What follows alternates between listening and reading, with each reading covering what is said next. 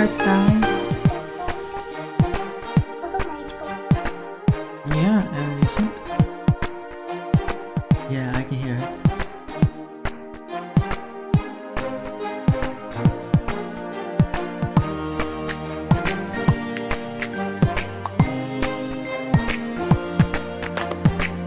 Okay, what I learned is that I'm louder than you. Yeah, and the music's, well, you were louder on the first test, but the second test you were quieter after I plugged my mic in. What if I'm like closer? Well, can you, okay, what if we swap the mic places in the back of your thing? Because right. Okay. like I think you were louder, and then when you plugged mine in, yours got quieter. Okay, I turned mine up. Oh, you turned just yours up? Yeah. Oh. Just now. By like this much. Okay, we'll find out what the difference I'm probably is. gonna be peeping. Yeah. Oh wait, we probably should go into actual frame. Right? Hello everyone! It's a mic test 1, 2, 3. I'll do your mic test 1, 2, 3.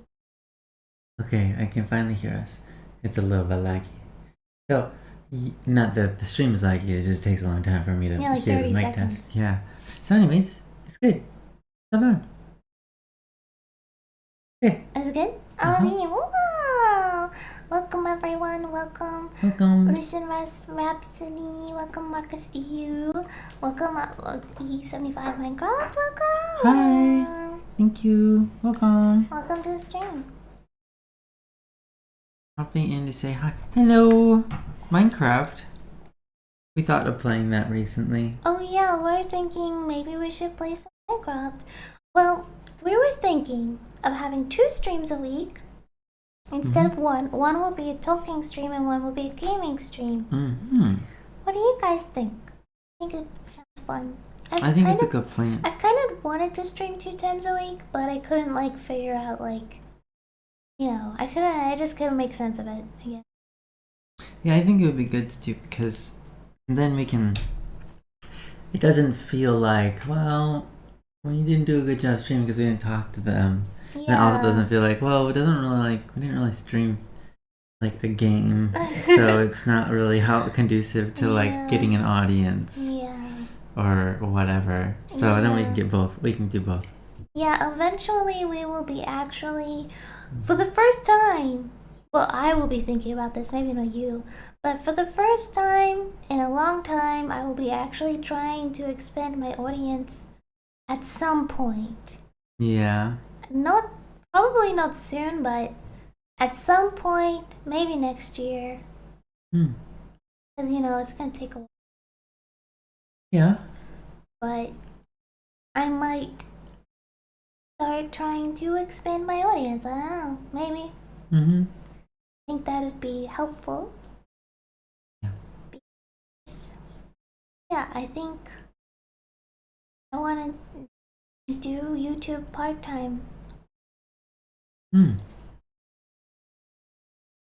then everything else part-time too? Yeah.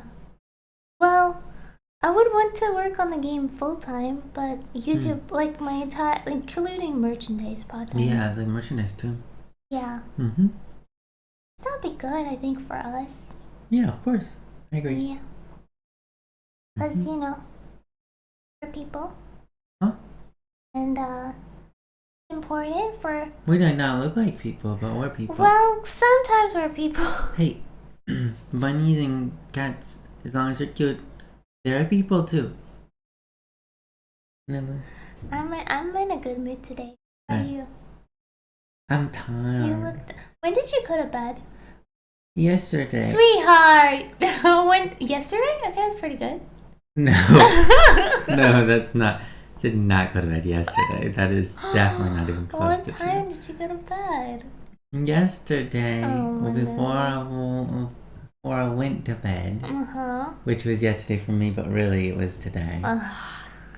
So you know how that works. Like I know anytime how past it 12, anytime past 12 is today I now. know. So I was like, man, I'm tired. I should go to bed. I just want to see one real quick. And I opened up the coding stuff, and then I was like, Oh my goodness. and then I was like, yeah, I'm not gonna do anything big. All I'm gonna do is just change the name of this file and these and associated files, because this is now that I've got the whole like system set up for one of our key features in the game. I was like, yeah, we'll use this. I'll name it appropriately. I rename it, and then all of a sudden everything didn't work anymore. Right. And so then I was like, why isn't it working? It did all of the stuff that's supposed to rename everything, and it goes through all the files and checks, and I looked at it and it looked fine, and then I went into the file and I deleted all the variables and re-added all the variables multiple times. I created a new thing of it with a different name. So basically you're up till like 5 a.m. No. Oh. And then I created a new name, and I created like from scratch. I created a new guy, and what? then Which new guy? Just to have a brand new file and put like paste over all the same stuff, and then that wasn't working, and eventually after like hours I got part of it working and then part of it not working, and then I got more of it working, but some of it even now is still not working. So I went to bed at 7 a.m. 7? That was like 2 hours ago. What? I know. Well, maybe no. Sweetheart. It was 6. Yeah, it was 7. Oh my god, at night. Yeah. Why? Because I was trying to fix it. Good job, boy. You go to sleep. I won't feel bad if we made something great and then I resisted. Yeah, I'll be trying to work hard, and now I feel like I still need to fix it. You know, you got that itch to scratch, and it's like that's that itch. It's like, please fix me, please fix me. You guys, you know what? I've never seen someone work so hard. My hubby here has been working on this video game day and night. He literally wakes up and just works on the video game all day, and then goes to bed like at 7 a.m. and then wakes up at 10 a.m.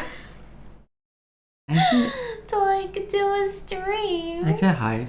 What? He does this every day. Today. You probably only get like 2 hours of sleep a day. Or something. Maybe 4. Yeah, and he's been doing this like every single day for the past 2 months? Okay. Or something? Sounds about right, but that's not true ever. And there are days that I get like 8 hours sleep or 9 hours sleep. Oh my goodness. And me, I'm supposed to be working on the game, but I don't even think I worked a whole day on it. Like a full day.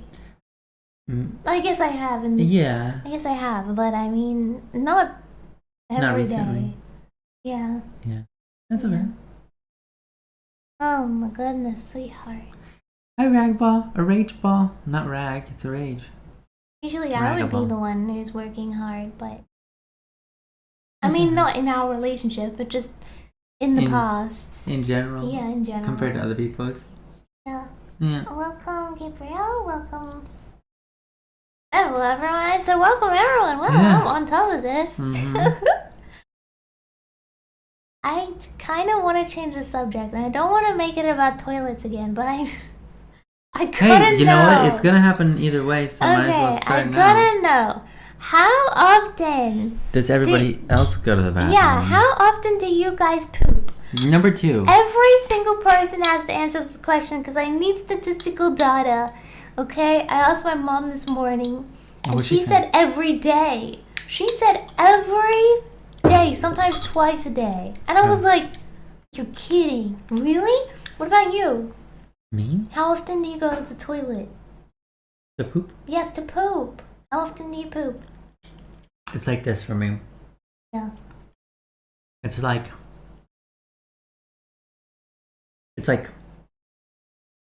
here's how it goes. Okay. Yeah, so, okay. I want to say. it's like once every 3 days, and then several times in one day, and then once every day for a couple of days, and then once every 3 days again. Okay. It's like so irregular, but it's like it's got its pattern, but that makes sense. Sometimes it goes past. Sometimes it's like maybe a week or a week and a half, and that doesn't bother me.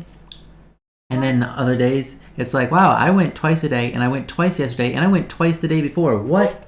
And it's so irregular. That person said 3 to 4 times a day. 7 times? 7 times what, a day? What? How can you go? Okay, so... That's too much toilet time, guys. So for me, for context, for like my whole life, right? I pooped like, let's say once every 3 weeks. Mm-hmm. I'm not even joking.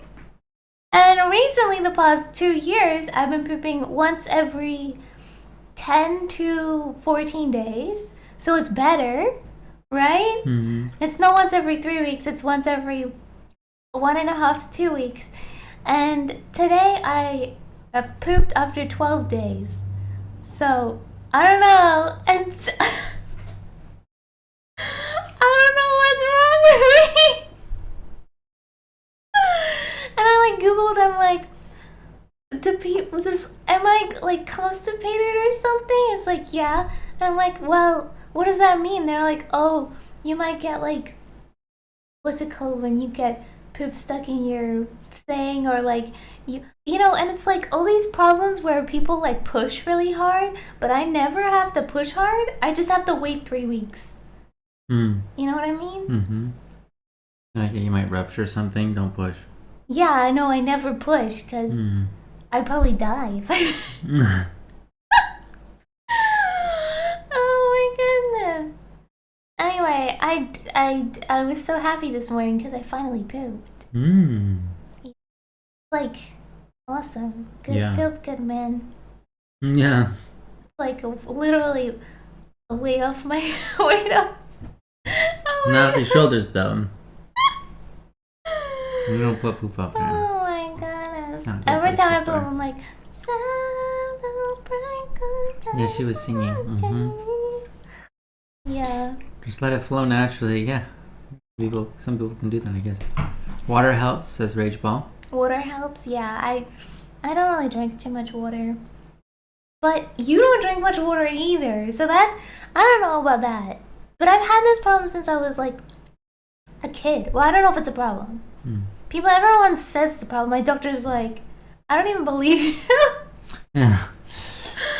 My doctor's like, I don't even believe you. You would be dead. Like, what? You would die if that was true. Well, then I need some... Oh no, I'm a ghost! Boo! Well, I have so many, like, medical issues. Yeah. That are all, like, kind of minor, in my opinion.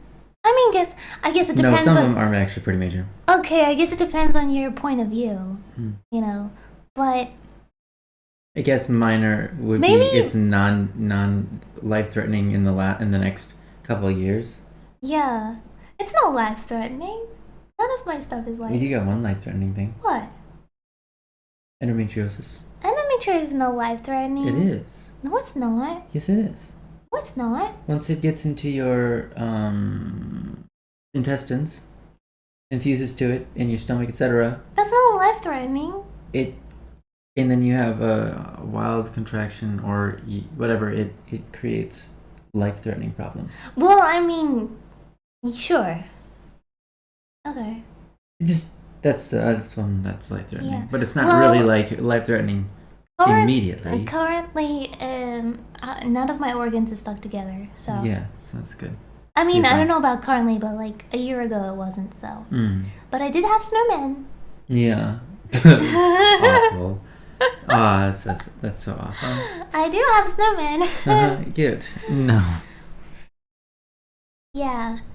Well, I mean, I haven't Wifey has a lot of problems. Oh, yeah, it's not that mean. Yeah, it's her. But, yo. Always, 24/7. Maybe... Okay, I'm sorry. Huh. I'm sorry for being a problematic. You don't have to apologize to me. I feel bad for you. That's all. I don't feel like. I feel like everyone else thinks I have more problems than I think I do. But I mean, everyone makes a bigger deal out of my problem. I don't know if that's true. Like my gynecologist will be like, "You have snowmen." I'm like, "Oh, really?" She was like, "That's not a good thing." Yeah. She's like, "You have the latest stage of this," and I'm like, "Okay, cool." Yeah. She was like, "Do you understand?" I'm like, "Do you understand?" I don't know. Yeah. You do spend a lot of time researching all of it. Yeah, I do spend a lot of researching because I'm like, well, Fix it and get better. Yeah. Yeah. Well, maybe because I only poop like once every weeks or 10 days or whatever. Well, it saves a lot of time. It does. Well, I don't know if it saves a lot of time. Because, I feel like I want to go, but then I can't go. Or I'm not ready to go, I should say. Mm-hmm. Yeah. Then you gotta spend extra time making and figuring out what to eat to help yourself. And how do you go once a day? That doesn't even make sense to me. Someone said 3 times a day. 3 or 4 times. How can you go? What do you do? Can you tell me your diet? Well, you know what's funny too? So when they say 3 or 4 times a day, they're talking poops that are like little? No, normal size. Like probably the same size as what you probably did today. Much. Yeah. That's how big theirs are every time. Yours aren't that size because I don't understand where it goes. Because it doesn't go anywhere. Theirs is, you could say, mushy and packed with air. Right. But mine are not super hard like they used to be. Okay, that's good. Yeah. Can you believe it? It's been 12 days and my poop isn't even hard like a rock. That's good. Sorry, guys. Well, I'm kind of not sorry. I really want to know. Like, I have to get to the bottom of it. The bottom. I need to know. I need to get the bottom of it. I don't know. I like how the chat just stopped as soon as we started. Maybe. Oh, wait. Okay, I was like, fiber. Yeah, that's what they say. But whenever I eat like bread or I don't know. Bread is high in fiber. But we've been eating things like bok choy. Oh, like vegetables. Vegetables, yeah. Yeah, I never eat vegetables. We've been having cauliflower, which has the stems have a lot of fiber in it. Vegetables give me gas. We've been eating a ton of celery, and celery is one of the most fiber-dense things you can eat.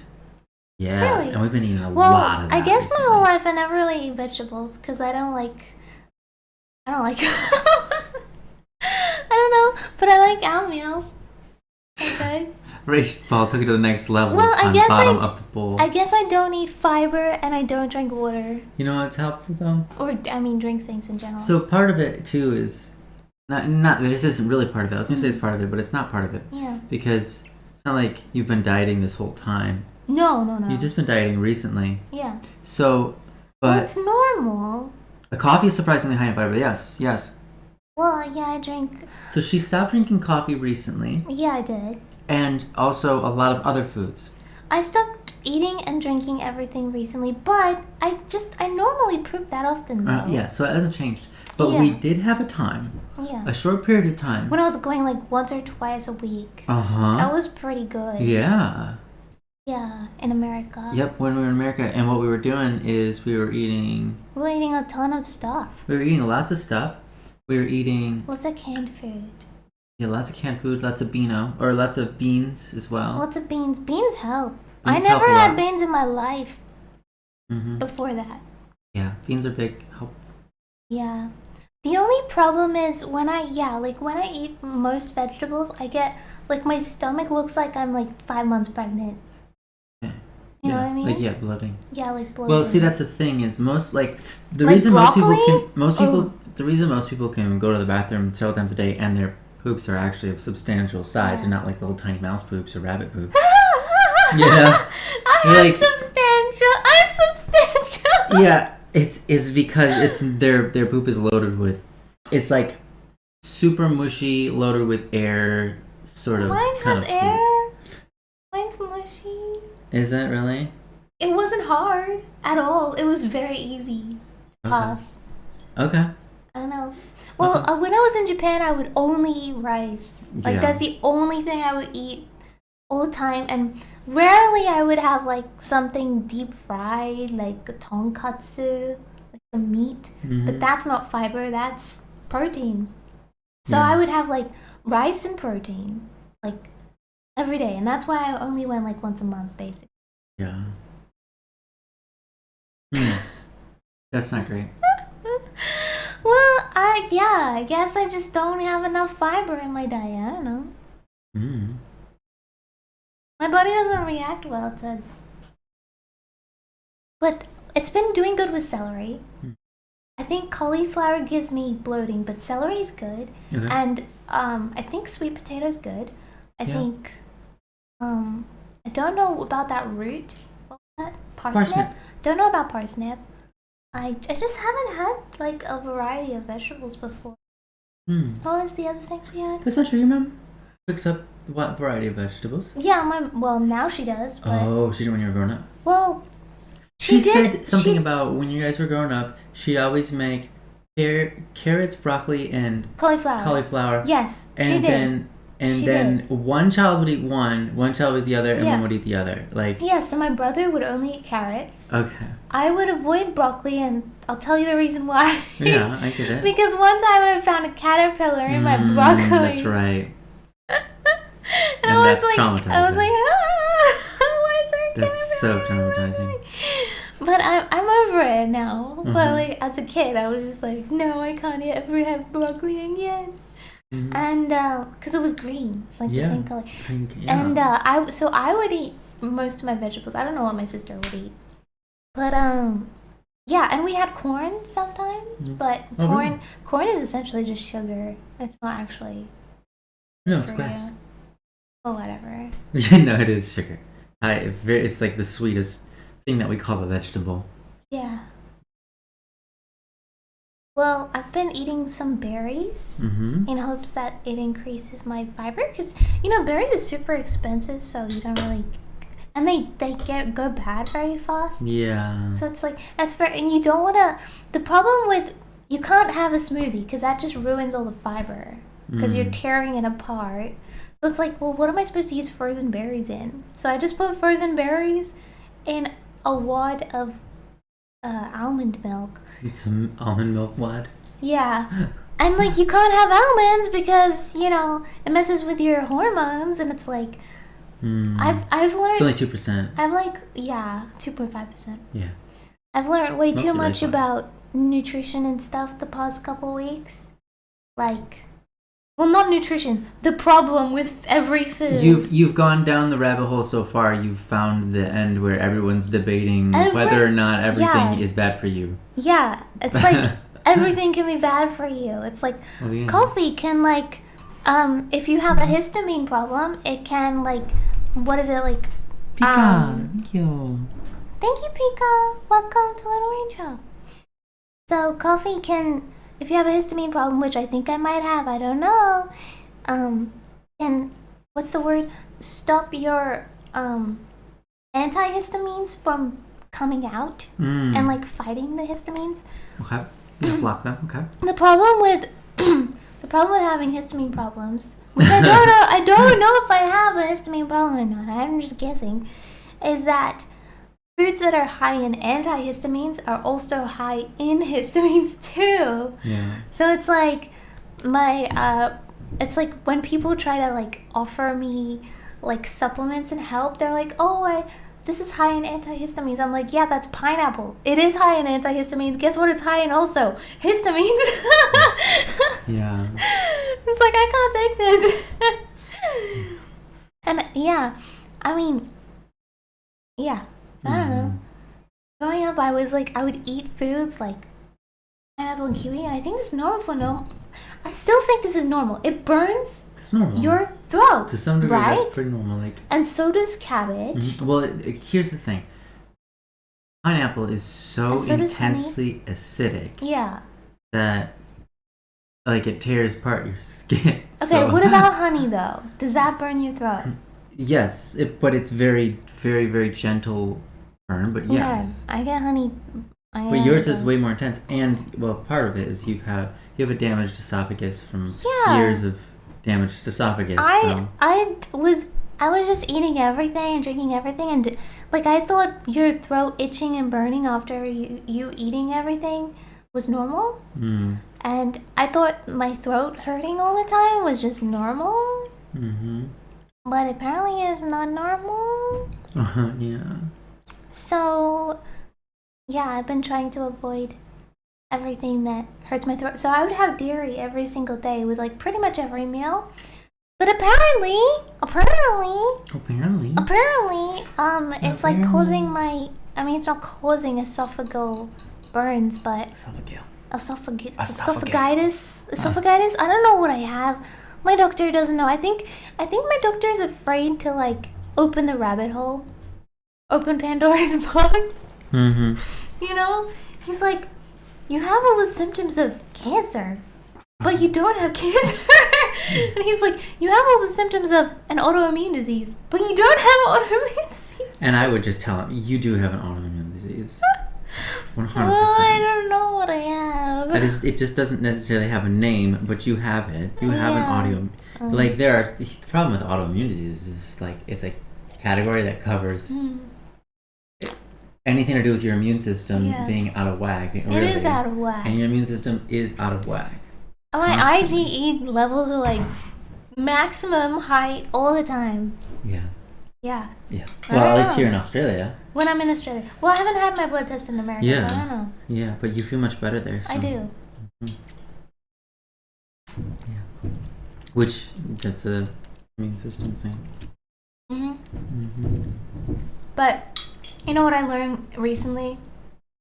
These blackberries, I think they contain phytoestrogens. The seeds.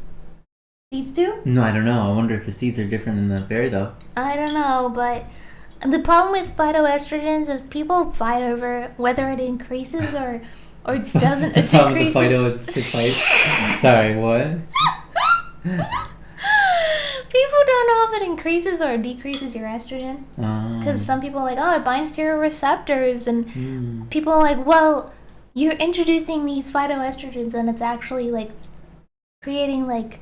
It still has the same effect as estrogen, but not in every category. Like some effects are the same, and that's why, you know, when some people have like too many, they get like man boobs or something. But I already have too high estrogen. My estrogen is... I thought you guys already have two man boobs. I am too much of a woman. I already have two man boobs.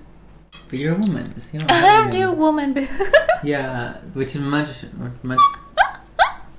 more substantial. Anyway. No.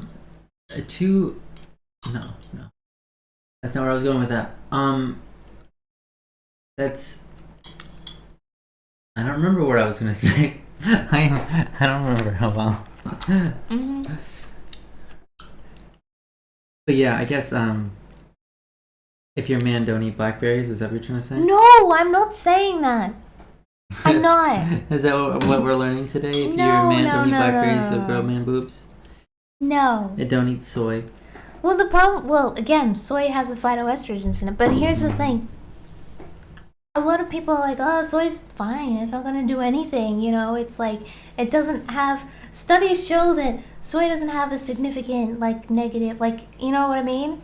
But then, like, you have people who literally eat or drink, like, so much soy, and they have, like, estrogenic problems. There's literally a word called soy boy. Yeah, soy boy. There's literally a word for it. What does it mean, though? And then I thought soy boy didn't actually mean, like, man boobs and stuff. It meant, like... It doesn't. Soft boy or something? I don't know. So, but then, yeah, I remember okay, so soy boy is a pejorative term, sometimes used in online communities to describe men perceived to be lacking masculinity. Oh, masculine characteristics. So it is kind of like an estrogen. Yeah, it's an estrogen thing. Well, and it's funny because I remember we had a talk one time, and this is not like to be racist at all. No. But someone was like, if soy gives you high estrogen and it was a problem, then Asians would have like blah blah blah Asians. And then we're like, we pause for a second. And we're like, yeah. Asians are pretty boys. Asians like have those problems commonly. Well, here's the thing. Here's the caveat to that I didn't think about back then. So yes, Asians do have the lowest testosterone on average. However, look at their women though. What about it? It's not like they're super like voluptuous and like all that. That's a good point too. So there you go. That's right. There you go. I suppose. But that could be an argument that phytoestrogens actually do bind to the estrogen receptors and block natural estrogen. I don't know. Yeah. But that they have the lowest. Apparently, Asians have the highest chance of getting endometriosis. But they have the lowest chance of getting breast cancer. Wow. So I don't know. Wow. I don't know. Maybe that means something to someone. But maybe it's just a race thing. You know, maybe it's a genetic thing. Yeah, right. Rather than like what they're eating. So I don't know. Nutrition is hard. It is hard. It's so hard. Lucian, I was just saying yesterday, I was like, seriously, when you get to the end of this rabbit hole and you're just gonna find out, and everybody doesn't know what they're talking about because like people know what they're talking about, they're learning, but the thing is, we know nothing about biology. We've been on this planet for a long time, and we've been learning about ourselves, but even today, real biologists will say, in the end, we know nothing and we're still learning, and like anything we know, we actually will change our mind about in the next 3 years. We know nothing. Yeah. That's pretty much like the conclusion. At the same time, they're incredibly smart and they know a lot, but it's like we know so little because there's so many different things going on. Yeah.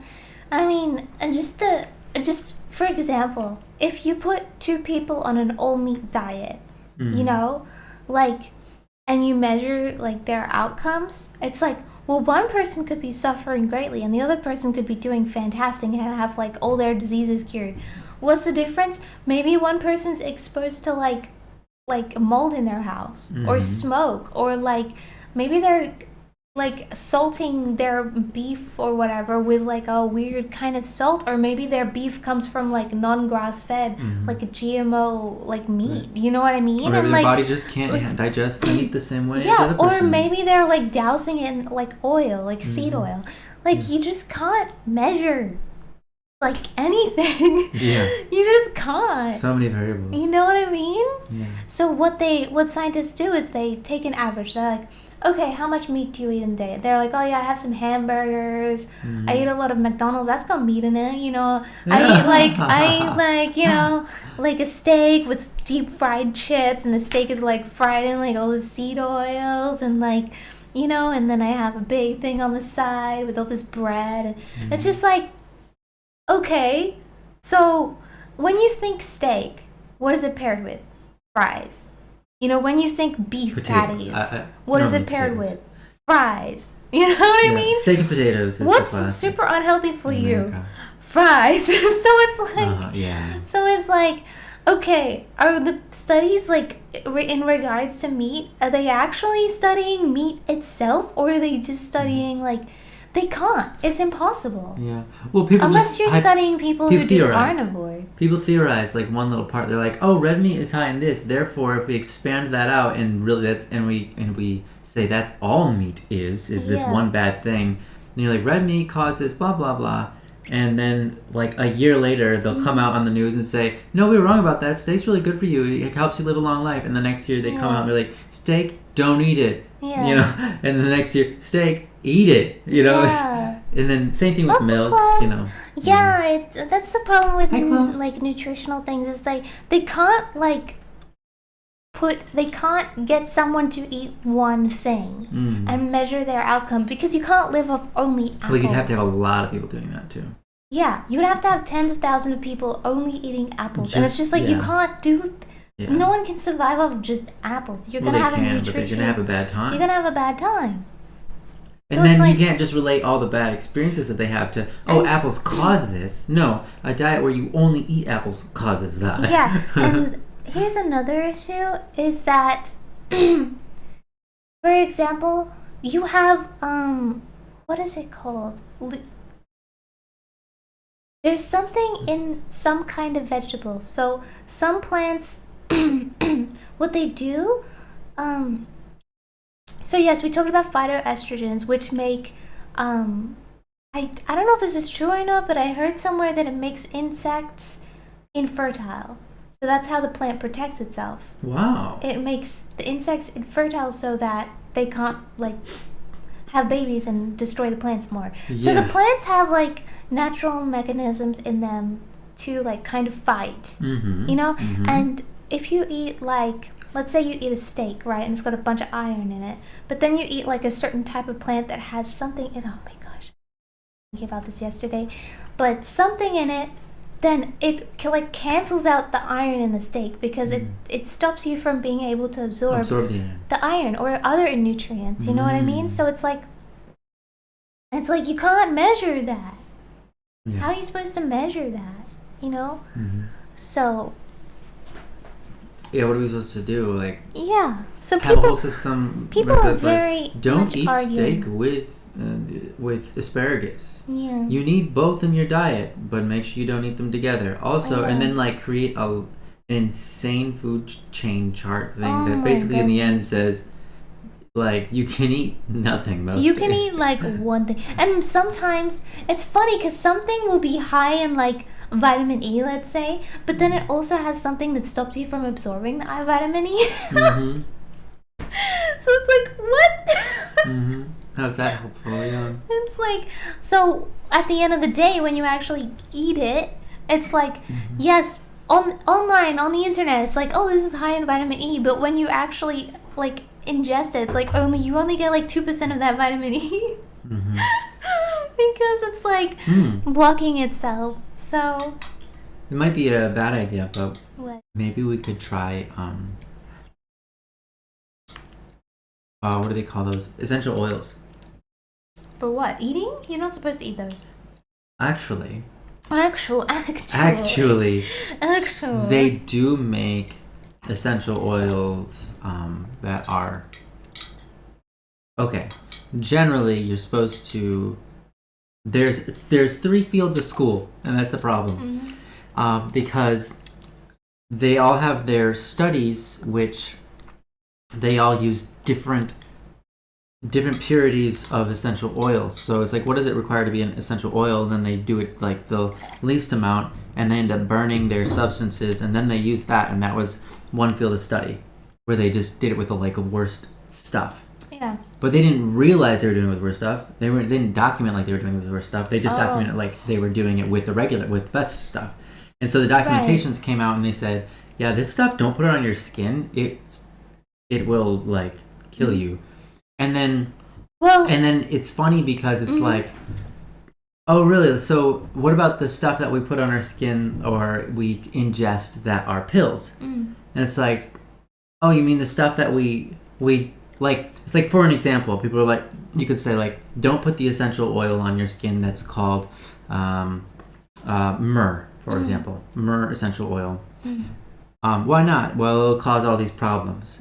Okay, cool. So what medicine do we use for like, helping this, that, or the other thing? And it's like, oh, it's essentially myrrh, except for what we did is we created it synthetically.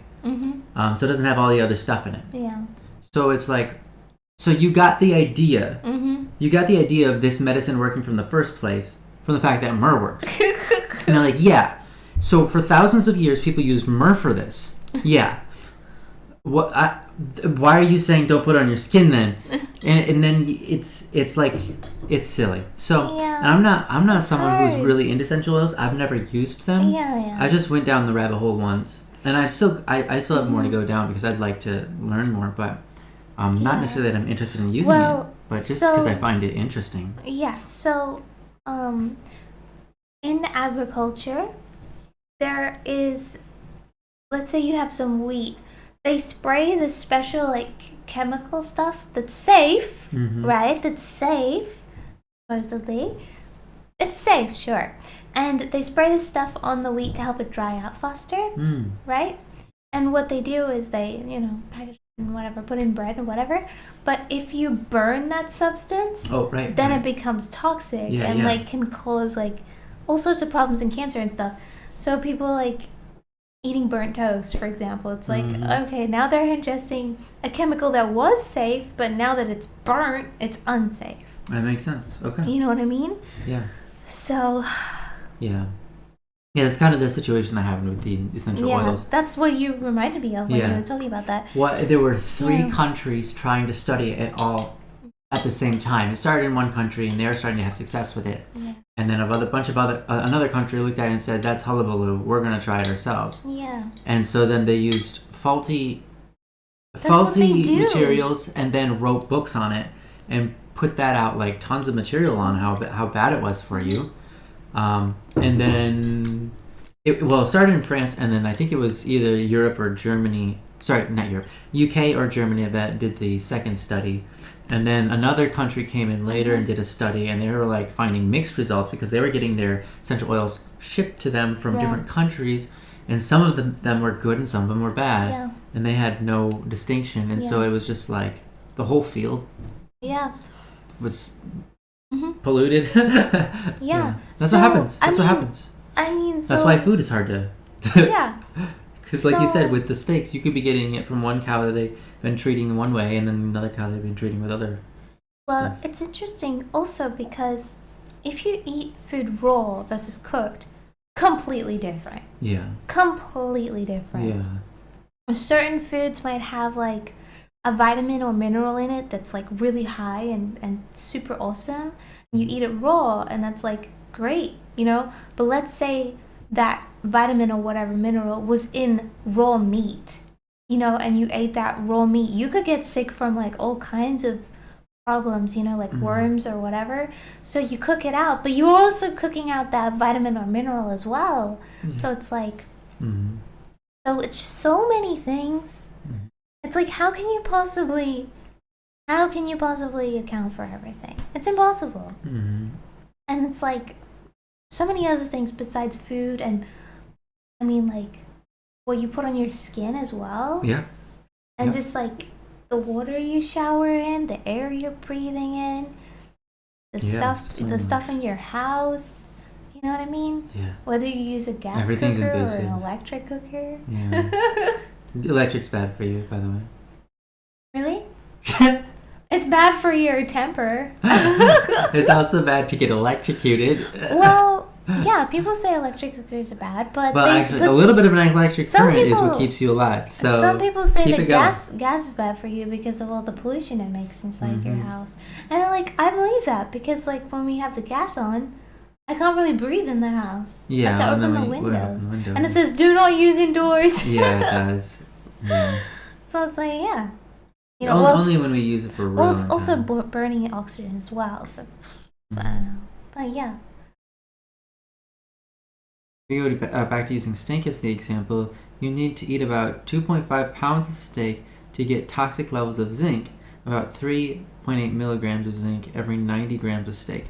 50 milligrams of zinc is toxic. Yeah, so that's interesting, but does something else in the steak prevent you from absorbing zinc? And it's or does it cook out? Yeah, you know what I mean? It's exactly. And 50 milligrams of zinc might be toxic if you eat 50 milligrams of zinc by itself, but when you have it mixed with other stuff, it might change. Right. So who knows? But yes, right. I mean, maybe if you cook it in an oil or something, it just completely takes away your ability to absorb zinc anyway. Zinc. Yeah. Is super important. So it's a toxic. Everything's a toxic. Everything is poisonous if you have too much, including water, salt, everything. So, but anyways, you're right, quote. But zinc is so important. Yeah. Zinc helps. It's one of the main ingredients for helping calm your body down when you're going through stress. when your body is stressed because of physical activity or mental. It helps to smooth out when you have an not just allergic reaction. Whenever you have skin issues. Well, skin issues that are so skin issues caused by inflammation. It helps healing. So it helps smooth out inflammation. So if you have inflammation without zinc, you'll get inflamed and it will be irregular inflammation. But zinc will help reduce the inflammation in a way, but really it's also helping opening the pores in such a way that it's very that it's more effective. Yeah. So I don't know. It's so many things in the study, and we're still learning. We don't even know. I want to say something about blood tests. Mm-hmm. Your blood changes every day, and yes, if you have a chronic problem. I used to be A, now I'm O, now I'm AB positive, now I'm B, now I'm A. Not like that. It changes all the time. I know. Not your blood type, I know. I was only kidding. The levels of stuff in your blood. Oh yeah, for sure. Yeah, obviously, if you have a chronic problem, it's more easier to pick things out. Like, oh yes, your blood is like chronically, whatever. But if it's like an acute issue, like it could be gone the next day, or the next hour, or the next 2 hours. Yeah. Yeah. That's why people say you should fast, but I know that not every blood test. Right. I fast for every blood test, even though I don't know if I'm supposed to. Oh, okay. Because then it gives you kind of your normal-ish levels, without baseline. food. Yeah, it's more consistent, you'd hope. Is it more consistent though? Because most of the time you aren't fasting, so the reality is most of the time you are eating, so your blood levels. Yeah. So what if you're exactly what you said. What if they're testing for a specific allergen and it's not in your blood at the time because you didn't eat that because you were fasting, and then I don't know, that's complicated. Because they say that if you have a histamine intolerance, right, you eat a food, then within 2 hours your body's processed it and it stops. That's what they say. I don't know. That's what I read somewhere, but it doesn't mean it's necessarily true, because you got people reacting to things days later or whatever. And when you eat something, you can get a headache 2 days later from it as well. So I don't know, but that's not to do with histamine. That's something else. Anyway, I don't know. It's hard. You guys, I'm sorry. You guys are just subject to our ranting. Yeah, we're not ranting. I don't know. I find this interesting. I know it is interesting. But it's do I even look at nutritional videos anymore? Especially I'd say no, not this point. I mean, maybe you might discover something new, but but then it could be off-put by the next video you watch. Exactly. Whenever I learn something new, I always look up. So if I learn kale is good for you, I'll be Google, okay, why is kale bad for you? I'll always look at the two sides, the two arguments. I think it's really smart. You think it's smart, but maybe it's not, because now I'm well, I don't know. I'm more confused than I started. Yeah, I suppose that's true. It's now I'm coming away from this, I don't know. They say red meat's really bad for you, and then people who do carnivore are oh yeah, it cured my autoimmune disorder, and then it's it cured my diabetes, and it's okay, because you're not eating sugar anymore, you don't have an insulin resistant problem, because literally if you cut out sugar, your body is not going to have an insulin problem, because insulin is to regulate glucose, right? And if your body's not making glucose, then you don't have a problem. Your diabetes is cured, right? But it doesn't mean that it's cured. It just means that it's managed. You know what I mean? Yeah, it's it cured my blah blah blah. It's no, because as soon as you go off of it, it's all back. So it's not cured. If you eat sugar again, are you gonna have that huge spike? Yeah. That you had that's a really good point. Before you started the thing. And also, but maybe that's the solution, is just to manage everything. But also, it could make you more. It could make you more sensitive to sugar when you come off it. Yeah, and that's the thing too. We discussed yesterday. It's one field of study says Oh, the elimination dieting. Yeah. You can go off of everything and just eat one thing like meat or whatever, and find problems. But if you do that too long, your gut will no longer be able to handle anything. Yeah. And then you put yourself in a position where you're just gonna have a freak out session with everything. And so it's like you try to juggle that. It's hard. Yeah. So yeah, you've got the people that are like, elimination dieting is awesome because you can get rid of all your triggers or whatever. Let's say you eat eggs and it gives you a headache every time, you know? Or let's say you can't digest milk properly or any dairy, right? So you go on a diet to remove those things and you're like, wow, I don't get migraines anymore. Or, you know, whatever. Yeah. And it's like, oh, that's awesome, but you can never have milk again. Otherwise, you're going to get such bad migraines. Yeah, it's going to be worse than before. Even more now because your gut doesn't even have the capacity to even, like, try to deal with that. Has the biome for it. Yeah, eggs require a very specific set of bugs and whatever in us. Yeah, so you've got the people, you got two sides. You've got the people who are like, okay, you need to eat every single possible food ever so that your microbiome is super diverse and can handle anything. And then you've got the side that's like, okay, you need to eliminate like everything that's giving you problems. And it's like, yes, the elimination dieting works to an extent, but you might start having problems after like 6 months, a year. And then it's like, okay, now you might not be even able to tolerate like what you're eating now. Like if you go on an all meat diet, like 6 months down the line, you might start developing histamine problems, or you might start developing other issues just in reaction to the meat. So I don't know. Yeah, it's a lot. It's a lot, and it's like, what can you do? Yeah asks, hubby, what do you do for work?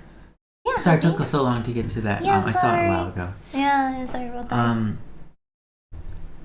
I am known as Static Pete on YouTube. So what I do for work hasn't lately been writing music. I am a co-owner of a business called BSS. It's called Black Static and Swerve, and you could call it an entertainment business. We do music publishing, and we handle things like that record labels would do. We handle stuff like that, and then I usually just write music and stuff like that, and that's how money's made. But then recently, my work has been involved with programming and that kind of thing because I'm making a game. Yeah, we're making a game. Making a game together. So that's sorry what I've been that doing. we haven't had Yeah. like a kind of a proper video or devlog about it. Well, I'm not sorry. I'm not sorry. Sorry for saying that I'm sorry. I'm not sorry. Well, it's not that I'm sorry. It's more like I would really love that, but I just can't figure out a best way to do it. Like, when I look at what we have, I think to myself, what would be really good is to, on our first video that we release about our devlog, show what looks like a game, at least to some extent. The thing is, we don't have that because we're just something that looks actually not even a game, something that is visually appealing. That's really all that matters. And visually appealing can be something that looks absolutely basic, but what you're doing is cool. And so that's engaging. So something engaging. Yeah. And then start from the beginning and show, okay, this is where this is our journey to this point. Yeah, the problem with that is that, well, I mean, the amount of artwork aside from that, let's say, because I can do art pretty quickly if I know what I'm doing, and I'm like, I can pump out 3D models like it's nothing, like I'm like, it doesn't take me long, right? But yeah, you're actually pretty quick. I am very quick at 3D modeling. Because I enjoy it. It's fun to me. That's good. I like doing that more than drawing, to be honest. Oh. But the problem with the art, when you put it in the game, is that we want something that doesn't exist. It's like, We want to make the light react to the model in ways which is impossible for the engine to actually achieve. So either we'd have to cheat around that somehow or change the back end of the actual engine itself, which would be dangerous. Well, we're not experienced enough in the code. We did learn that I can do certain things. I can create, which is the start. Yeah, I can program some shaders that will help. We can code in specific lighting tricks for some things, but we haven't fully figured out. Genshin Impact couldn't figure it out. They were just we're just gonna take the lighting completely off the model and we're just gonna draw the shadows on. You know what I mean? Yeah. Because that's all you can do. You know what I mean? You can't make the environmental lighting affect you can make it affect one material differently than another one, but it's you can't have it. You can't change the lighting engine, I guess, unless you code the back end. Yeah, and that's change the coding in the back end. What's interesting is they have two different lighting engines. Yeah. They have the lumens and they have the ray. We want to do the lumens probably. Yeah, we're probably doing the lumens. But the thing is, didn't we like ray tracing better? I don't remember. Okay, maybe we liked both for different reasons. So we ended up going with the lumens. Okay, we're doing lumens. And then we decided that if we want to change it later, we can. Yeah. But regardless. Well, we have to think about performance because our world is going to be massive. Yeah, and that's why I was we want to do lumens. Because we're doing a 10-year project. I don't know. I think it's going to take a long time. Yeah. I think what we're going to do is we're going to release it in segments. Yeah, segments. For sure. We can't. It'll take 20 years. Yeah. So what our plan right now is maybe, I don't know how long it's going to take. Maybe 5 years or something. Could be. We'll release a segment and then another segment later, another segment later. We're trying to make something really good. You've been working on the AI for how long now? Couple months. Basically since the beginning, right? Not quite. Yeah.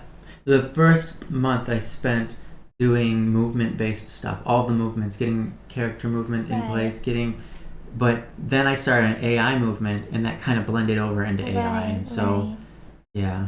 Yeah. So we've been spending, hubby's been spending over a month on just AI movements, and because we're making a game that doesn't exist. We're making a game that hasn't ever existed. We're making a game that hasn't been done. Yeah. In both art and functionality and everything. So we're making something impossible. We're doing the hardest thing first because instead of making a game that already exists, so you kind of have a baseline. We're we have an idea, and then you ask me what does that even look like, and I'm we're gonna have to find out. Yeah, I'm gonna have to create the functions and put it in, and then see what that's like. It's we can't even find a reference. There's no other game like it. Yeah, so that's fun. There are games like it obviously there's games like it in parts, but there's no game like it overall, and there's no game like it that has the same kind of core mechanics. Yeah. At the same time. It's a lot of needs to be figured out. And it's because we've never touched a game engine before, right? So we don't know anything about what we're doing. But we can't Google things. You know what I mean? Because they don't exist.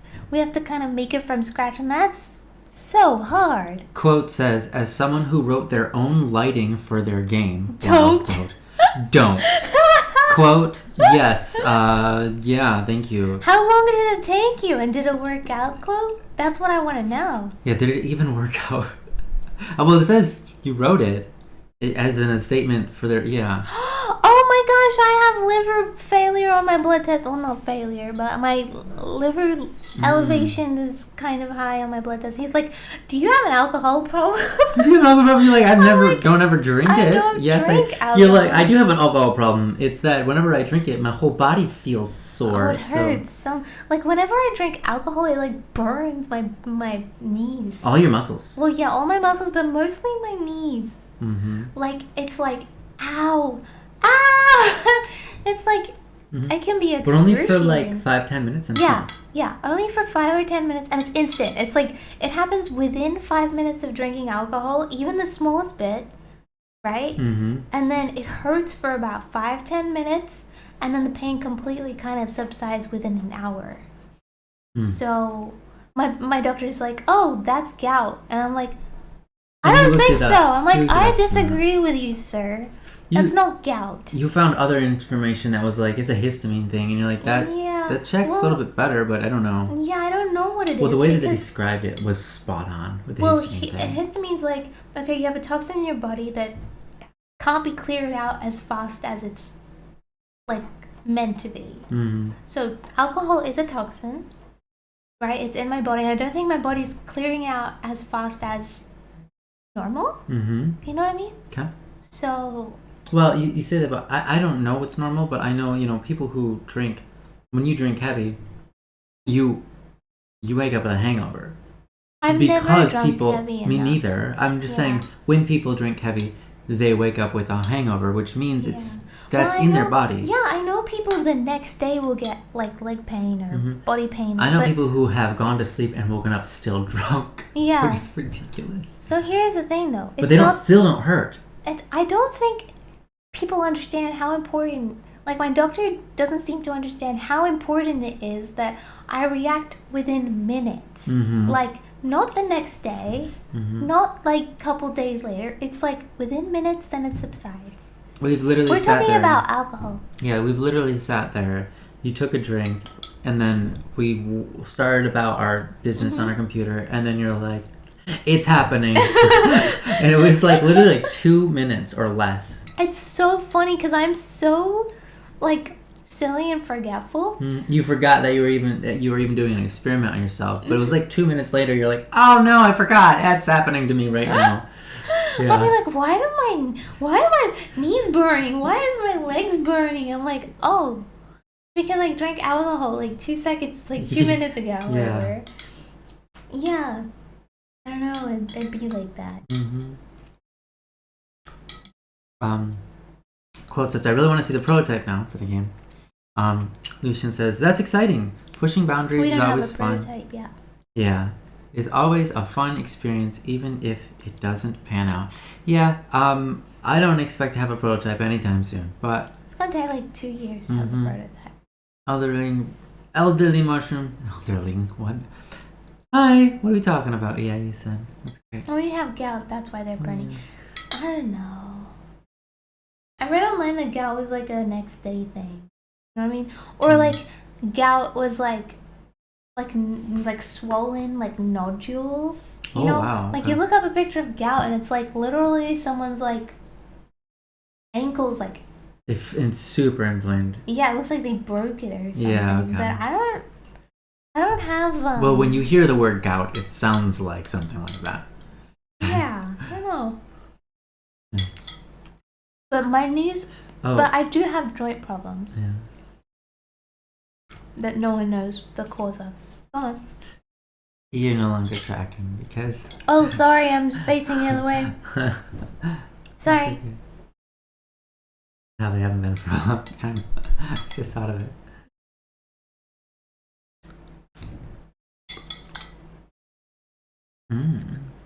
How's that berry soup? Very delicious. There you go. Okay, I'll have a bite. I like the blueberries. I don't like the way frozen berries taste. They taste a little bitter. That blueberry was a letdown. Some of these are really good though. Yeah. I'll try again. Oh, there we go. That was a good one. This milk has turned so... The milk is nice. Sour and tart. Oh, really? Yeah. I enjoy I like the sour. I'm not saying it's a bad thing. I'm just saying it's... okay. It's a little overwhelmingly sour to be... Right. Milk, but Fair. That's fine.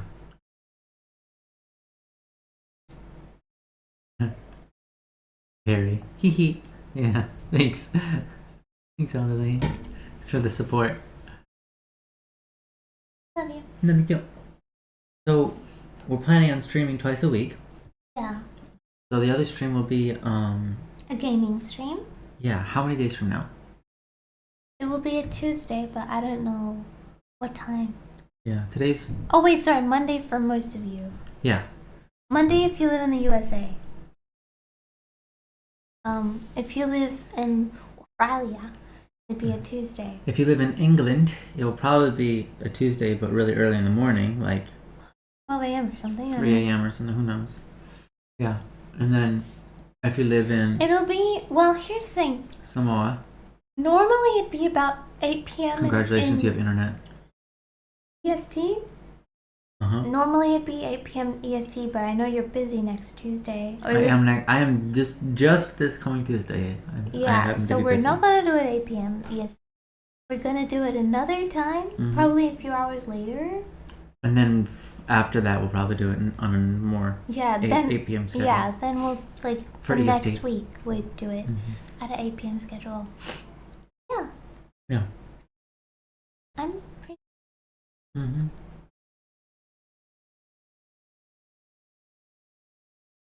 Tuesday, you're right, innit? Tuesday, innit? Oh my gosh, lovely mushroom, you're right on. You're spot on with that. What? Why are you so funny? That's Yeah, hilarious. That is good. That's good.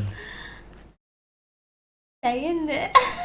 I love that. Yeah. You're so funny.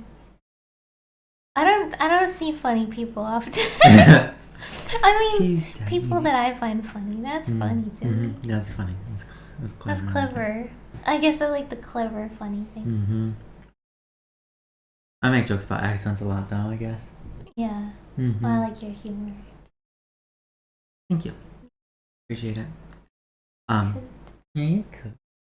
I like accents. They're funny and they're interesting, and I'm always copying or whispering other people's accents under my breath, like. But like you're not good at it.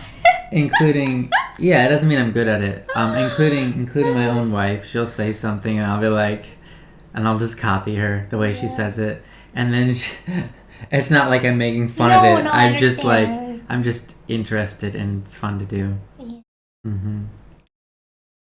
I'm here. Well, my hubby is funny. I just mean other people, right? I laugh at you. Yeah, you laugh at me all the time. No, you laugh. We laugh together a lot. I don't know how to say it. I laugh with you? Yeah, we laugh together a lot. Yeah, we do.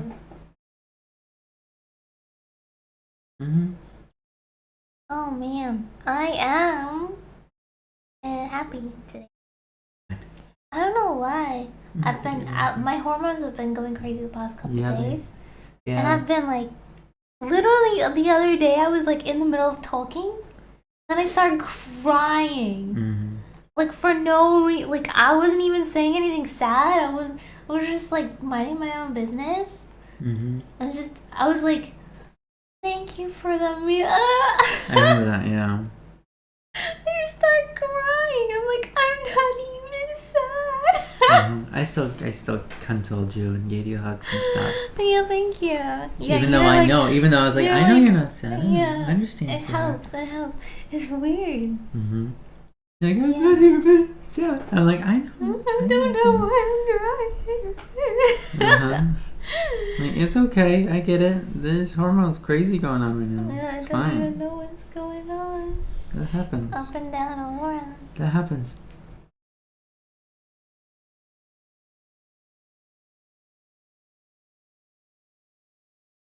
I'm excited.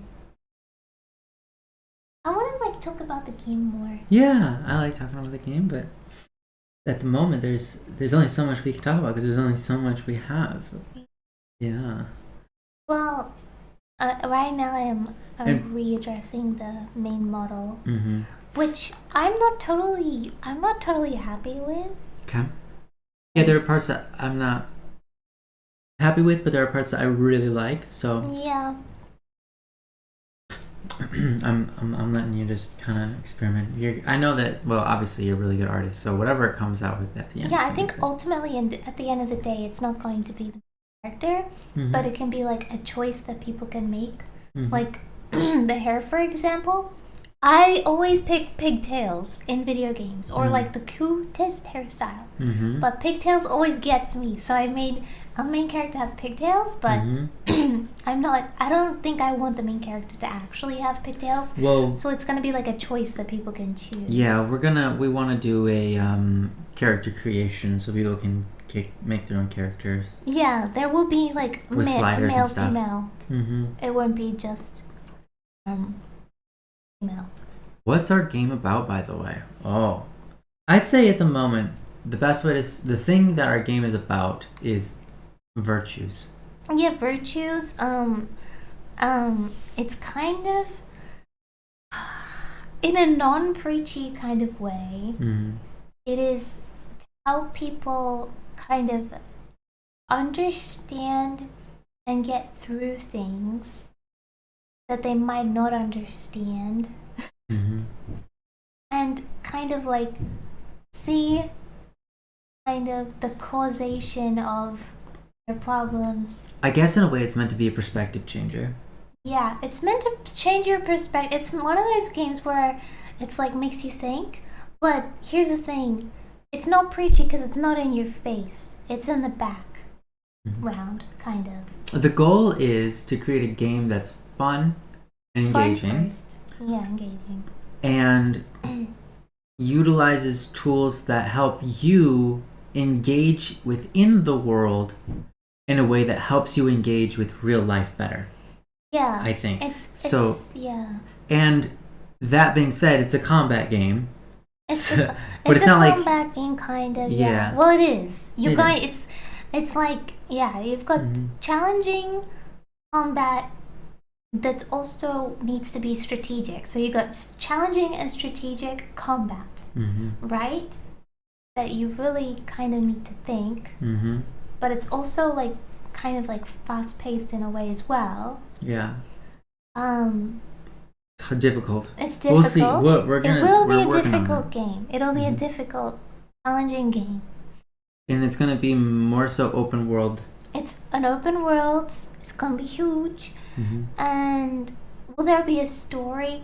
It's more like an amalgamation of stories, if you will. Yeah. But we still haven't fully decided if we want to go down, like, for example, like, Baldur's Gate, how they have, like, this story that they're kind of pushing in your face, like, the whole time, which I don't think we're going to go with because we want people to make as many choices as they can. It's like we want to make people feel like they can just go anywhere. Like, they don't have to follow a storyline. You know what I mean? They can just make any choice, go anywhere. They can go wherever they want. You know what I mean? So, but we don't want it to be like Elden Ring where you don't get anything. Like you can get things in Elden Ring, but so little that you're like, it doesn't make you necessarily like.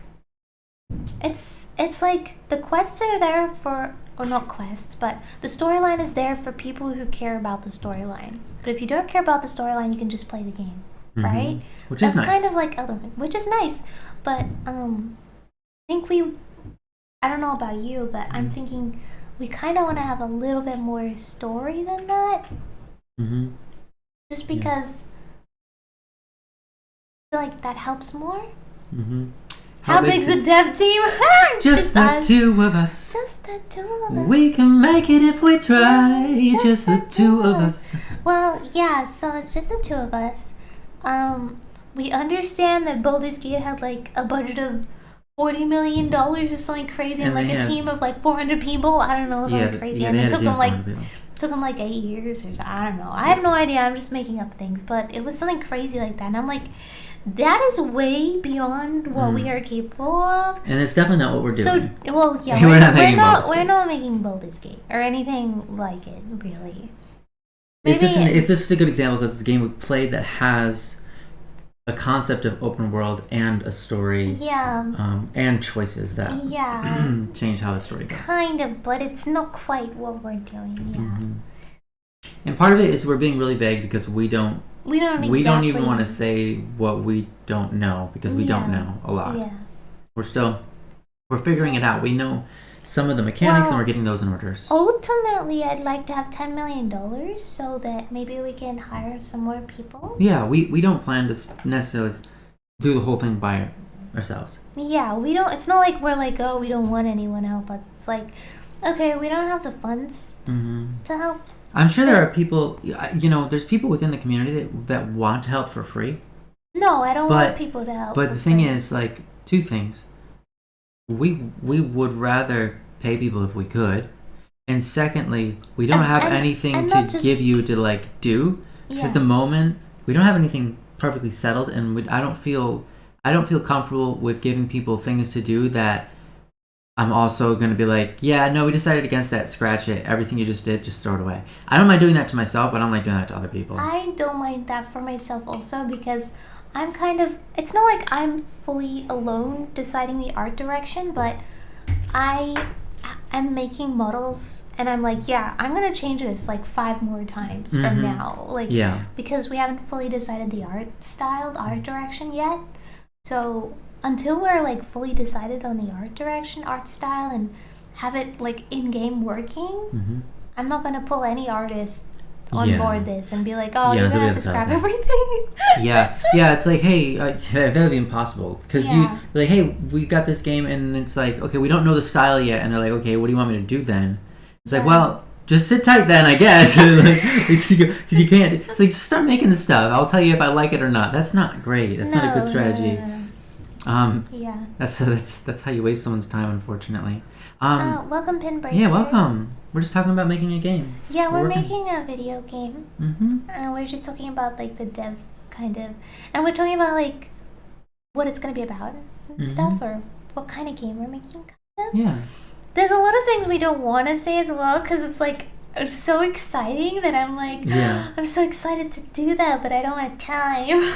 Yeah, and I also have things that I'm like, I want to tell people what part of my idea is, but I know they will not be able to understand it because I barely understand it. Yeah. And then they're going to be like, that won't work. Because I've had people tell me multiple times in the past, an idea like this just can't work. And I'm like, you're not even going to try. That's why. Yeah. Well, I mean, if we... People just look at like what's been done. They're like, oh, that's never been done before. They can't be done. Well, and it's like, just because you don't have the imagination for it. So, the art style that I kind of want, it doesn't work. It's not like no one's done it before. But we're going to be the first people to do it. You know what I mean? So, or we'll just find a really weird workaround. Yeah, which, I mean, it's fine. Yeah. So, it'll be good. Thank you. Thanks, Race Wizard. Yeah. Hi, nyansai. Best of luck on your game.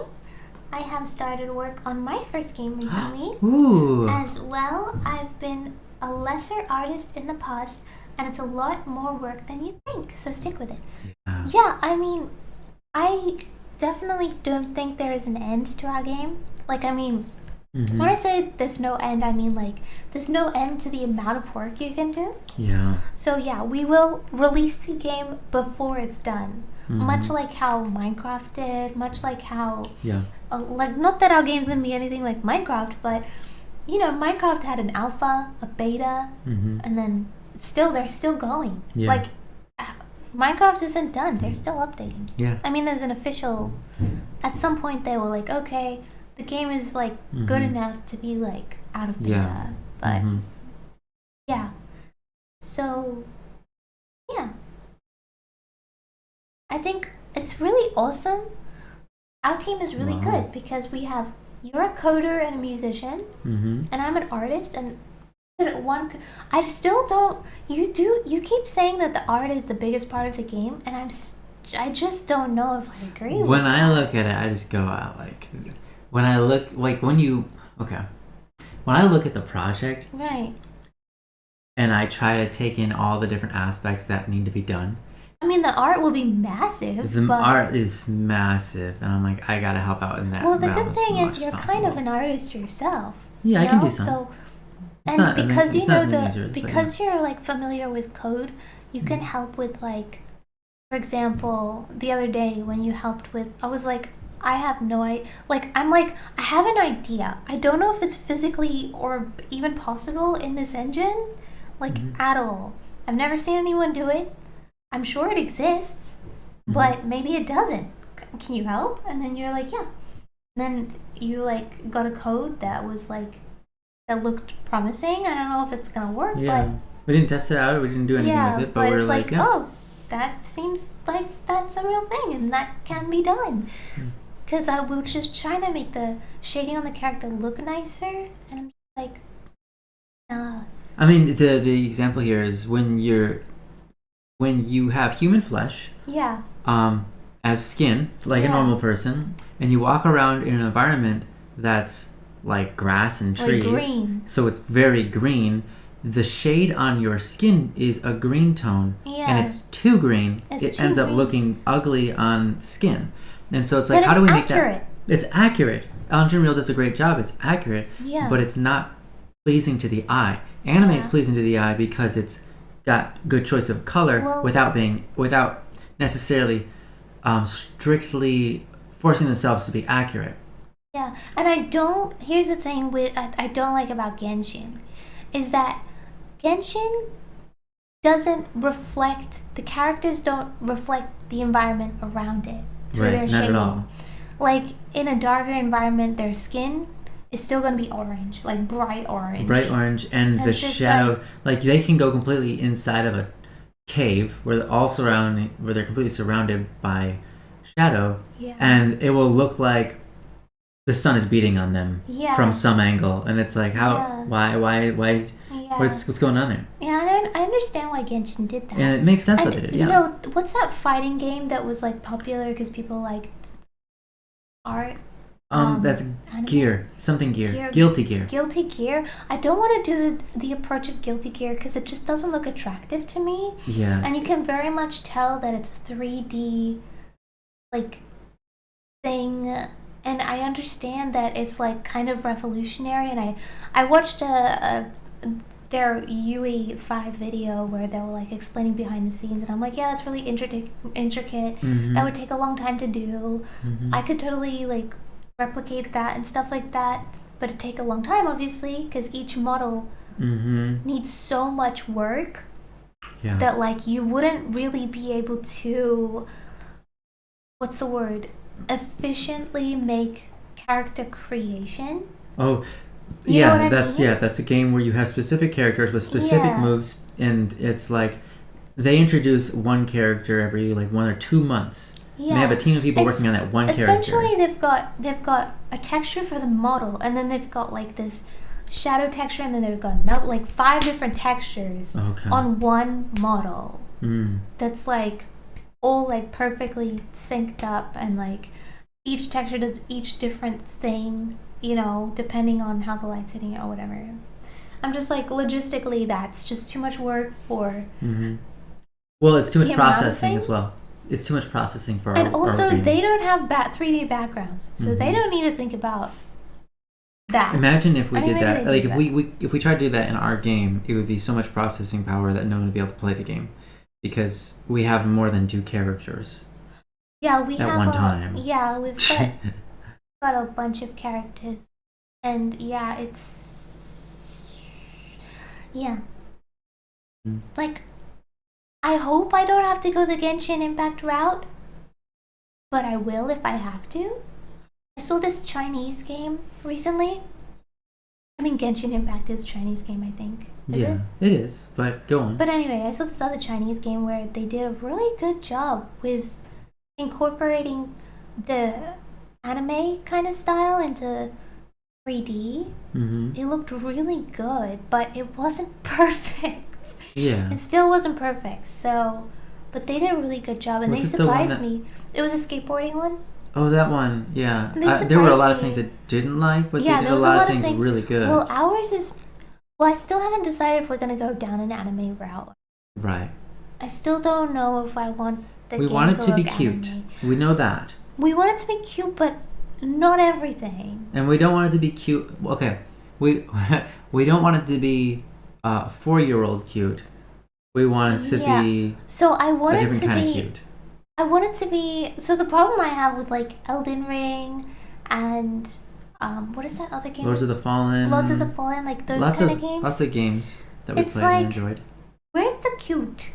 I want to pick the cute girl. Mm-hmm. You know, I want to pick the cute character, but I can't because everything's like ugly and like everything's so gory. And and you go through the storyline in Elden Ring, or you go through the storyline, especially in Lords of the Fallen. It's like they've maximized the grotesque. Yeah, the wicked, like perversion, wicked, like. You know, and it's for effect, because you're supposed to be doing something maybe potentially good, but at the same time, you can't even tell if you're doing something good. Yeah, they shroud your own quest and mystery of like, are you even doing the right thing? Are you doing a good thing or a bad thing? You don't know, and it's like much like Divinity Sin 2. It doesn't. Yeah, so it's like the idea of having the grotesque and wicked be my enemy is not helpful when you make my choices and my character wicked and grotesque too, potentially. Yeah. So So anyway, it's kind of like a one-minded thing. Yeah, I think it does have different aspects. They're not trying to create a game that has anything to do with. But here's the thing: with virtues. I do not want our enemies to be cute. Our enemies. Right. So we have to make a game that can both have cute stuff and like in a evil, sense wicked, grotesque, but not to a point where it's just like. But then again, some of the designs I did were pretty like nasty. Yeah. But like, that one I did of the unholy like twisted priest and like the one in chains, the sun or whatever. Yeah, that was so. Yeah, that was pretty good though. That's a really good concept. Yeah, I know. My concepts are pretty great. They're based on like reality. Mm-hmm. But we have a whole chart going at the abstract. moment. Yeah, we have a huge chart that we're like charting each evil, like every evil character. I don't want to say evil, but like again, we address this in the game itself. It's not exactly evil versus good or anything like that. It's just anyway. Evil is the best word we got for right now. That was fine. You'll see. Anyway, so. We've got these characters and they fit into these categories, and each category of evil can be like fought with a category of good. I mean, it's kind of just like having what's it called, like elemental elemental damage in a way. Strong, other vulnerability. Vulnerability. Yeah. Whatever. But it makes sense in like a logical kind of way. Like if they're afflicted with this problem, then this solution would be appropriate. Sure. If that makes sense. But it's a lot more complicated than that. Yeah, it's a lot to figure out on our end. That's for sure. There's a lot of discussions. Yeah. We spent hours talking about. Every aspect. And it's actually really fun to do that. We enjoy it. It is. Mm-hmm. Physics is the biggest part. I haven't even touched physics yet in Unreal, but I've touched physics in other engines, like Unity and like Live 2D, I guess. And I don't know, I like physics. It seems kind of. I've been working with the physics. Fun. It's not too bad. It's not too bad. There are things that are they need not to be adjusted. Good. Yeah, they need to be adjusted and fixed. Definitely, like... In order to make things look good, I had to jank physics in some cases with movement. Yeah. I had to make pretend physics, and it obeys my own physics and not the real physics in order to make it actually look like real physics or look more stylistic and fun. At the end of the day, we want to make something that looks great, that's fun, but also challenging and thought-provoking. Useful, like you actually play the game and don't feel like you come out of it like you wasted your time. Like, I wasted my time playing another game today. Yeah. So hopefully, you gain some use out of it and you can apply things you learn in the game to your real life. One of my hopes is, so one thing that's interesting about music is you listen to a song and it works on you subconsciously. Yeah, it's going to be more of a subconscious thing, hopefully. But so it's like you listen to something into a song and rarely do you go like, I'm going to apply that in my life. But what happens is you start applying it because of association without realizing it. And so, not that we're trying to manipulate or program people in ways that like we want to take over the world or something, or determine what's right and wrong for people. Oh my gosh, but more so so just help people establish right and wrong better, and just gain virtues for themselves so they can be happier and live a happier life. And I think people struggle with setting a foundation of morals, because, for example, for a lot of people, religion does that. You know what I mean? Sure. Not for everyone. No. Because some people follow a religion, but they don't actually really understand it. That makes sense? But that's true. For a lot of people, they kind of feel lost, and they kind of feel like, who am I? What is my purpose? And have a good one, Pinbreaker. Yeah, have a good one. And it's just like, I hope the game kind of helps you find not necessarily your purpose in life, but kind of your purpose in life. You know, purposeful things. Yeah, purposeful things, and it helps you find like some peace, like peaceful, peace in the calamity and stuff like that. Yeah. I had the ability to create sound in the game. Oh yeah, that's awesome, Pinbreaker. Yeah. No, they're gone, but it'll take a long time. That's a big one. Yeah. Yeah, but I kind of want to amp up my... by the way, Race Wizard, sorry. No, go on. We're using... The engine we've decided on is Unreal 3. No, Unreal Engine 5. I don't know why I said 3. Unreal Engine 5, yeah. No. We're going back to 3. No. Jeez, wow. That'd be bad. Unreal Engine 5. 5 point something, but it's okay. We'll figure out the point. At some point. We might, at some point. We might have to migrate our project. I think is it 5.4 right now? Or is it 5.3? We're using 5.32, but 5.4 was out when we started, but we went to 5.32 because a lot of graphics cards that were newer were crashing on the engine. Yeah, I kept having graphical card errors. So we went to 5.32, and now they have 5.44, which solved the graphic issues, but we haven't... It's like each version of the engine has problems. Yeah, of course. You know, so it's like... Yeah, sorry, go on. Yeah. I tried to migrate one day, and a bunch of stuff wasn't working, and I couldn't figure out why, so I spent like several days just trying to migrate, and then in the end I just went back to 5.32 so I could actually work on the project and go. I'm gonna migrate later when I have an understanding of why all of these problems are happening. Yeah.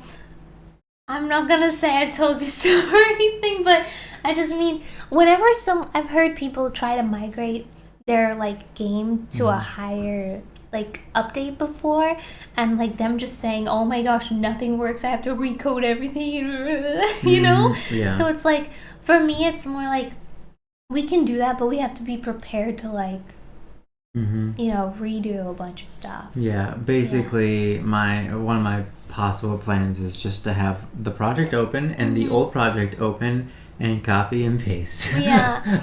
I'm glad you went through that so you can like know. Yeah, and I'd like to do it earlier rather than later, so that if we do have to do a lot of manual work to make it work, then do it now rather than when I have a lot more manual stuff to do. But whatever, it is whatever.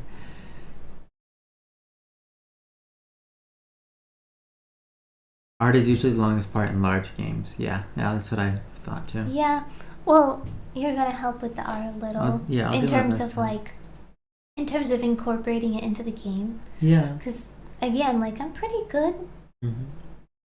but I just need. I have fun playing around with the materials and stuff like that. Yeah. But, I think we're both gonna kind of take on the art. Okay? Yeah, I think but so. I'll just do the. You're doing the main. I'll do all the rigging and the weight painting and the textures and the shadow painting or whatever it's called and the modeling and the designs, but That's one thing, and the animations. But that's one thing, but like putting it into the game is like, okay, now we can actually make it look good. Because it needs to look good in the engine. Yeah. And sometimes things just look like, ugh, nasty. Not good. Keeping your dev tools / packages up to date quickly becomes a full-time job if you leave it alone long enough. Yeah. I believe that. And yeah, quote said that you can get the core gameplay and movement and that sort of stuff way quicker than you will have the models and lighting and animation. And it makes sense because in order to have the animation and stuff, it's like you kind of need the core stuff to work in order for the animations to be to know what kind of animations and make them look appropriate to with what you've got, because like, the thing is the art is the topper. So like for example, if I start working on UI and just I kind of have to assume like, it's like I'll work on the UI and then you start and you're like, wait, what do you need for the UI? What are all the buttons? What are all the menus? What is every stat feature that we're displaying on the screen? What is everything? And then it's like, well, we haven't even come up with that concept. And we need to play the game first, and then it's like, okay, the art needs to go here. You know what I mean? So UI should be like kind of the last thing we do, in a way. To some degree. Yes. I think, to a large degree, really. Yeah. Though the UI is going to have to be, some of the concepts require the UI to exist, but that's fine. Yeah. We'll get there when we get there. I'm having similar trouble. I'm trying to come up with an unorthodox evil monster army and haven't been able to come up with anything. Unorthodox. What does unorthodox kind of mean? Non-conventional, different than normal. Right. So I don't wanna okay, hold on. Whatever. I know. It's like I don't want to give you suggestions because that's not gonna be. We'll be copying each other or think outside the box. Yeah. Not that it's like, it's not. I'm not the kind of person that's like, I don't want to share my details, and like I don't ever make anyone sign an NDA or anything. Okay, well, I know I'm not going to do this. I'm not going to do this.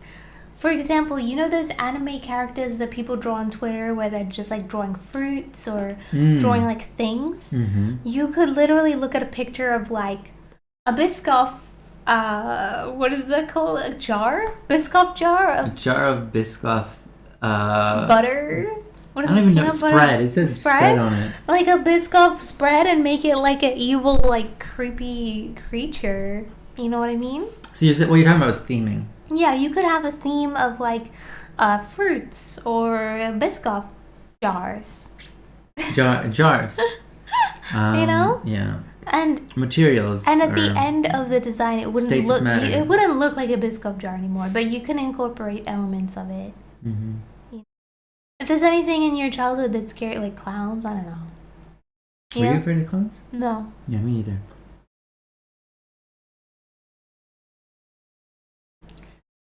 I was afraid of under my bed.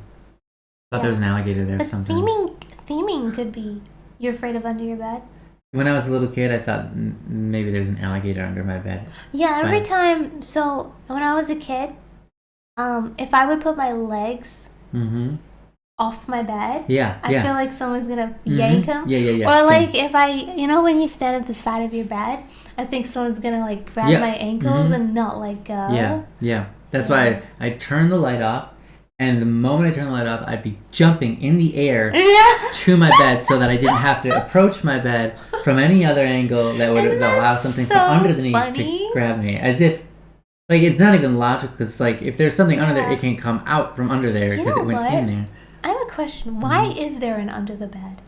I don't. Because it's dark and mysterious. No, but why? No, but why? But why do beds have under? Why is there an under in a bed? Because it looks prettier. Does it? Yes, it looks prettier than a mattress on the floor. Sorry, Japan. No. Well, what if you have the bed and it's just like literally covering, you know? Huh? Like, I like those beds. Like a blanket that goes down past to the bottom. I guess it's cheaper. It's less wood.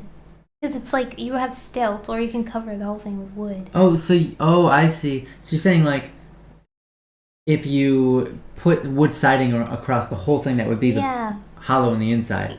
I've seen that. Yeah, I've actually seen that. Too. It looks good. And and there's no I've seen people they have cupboards.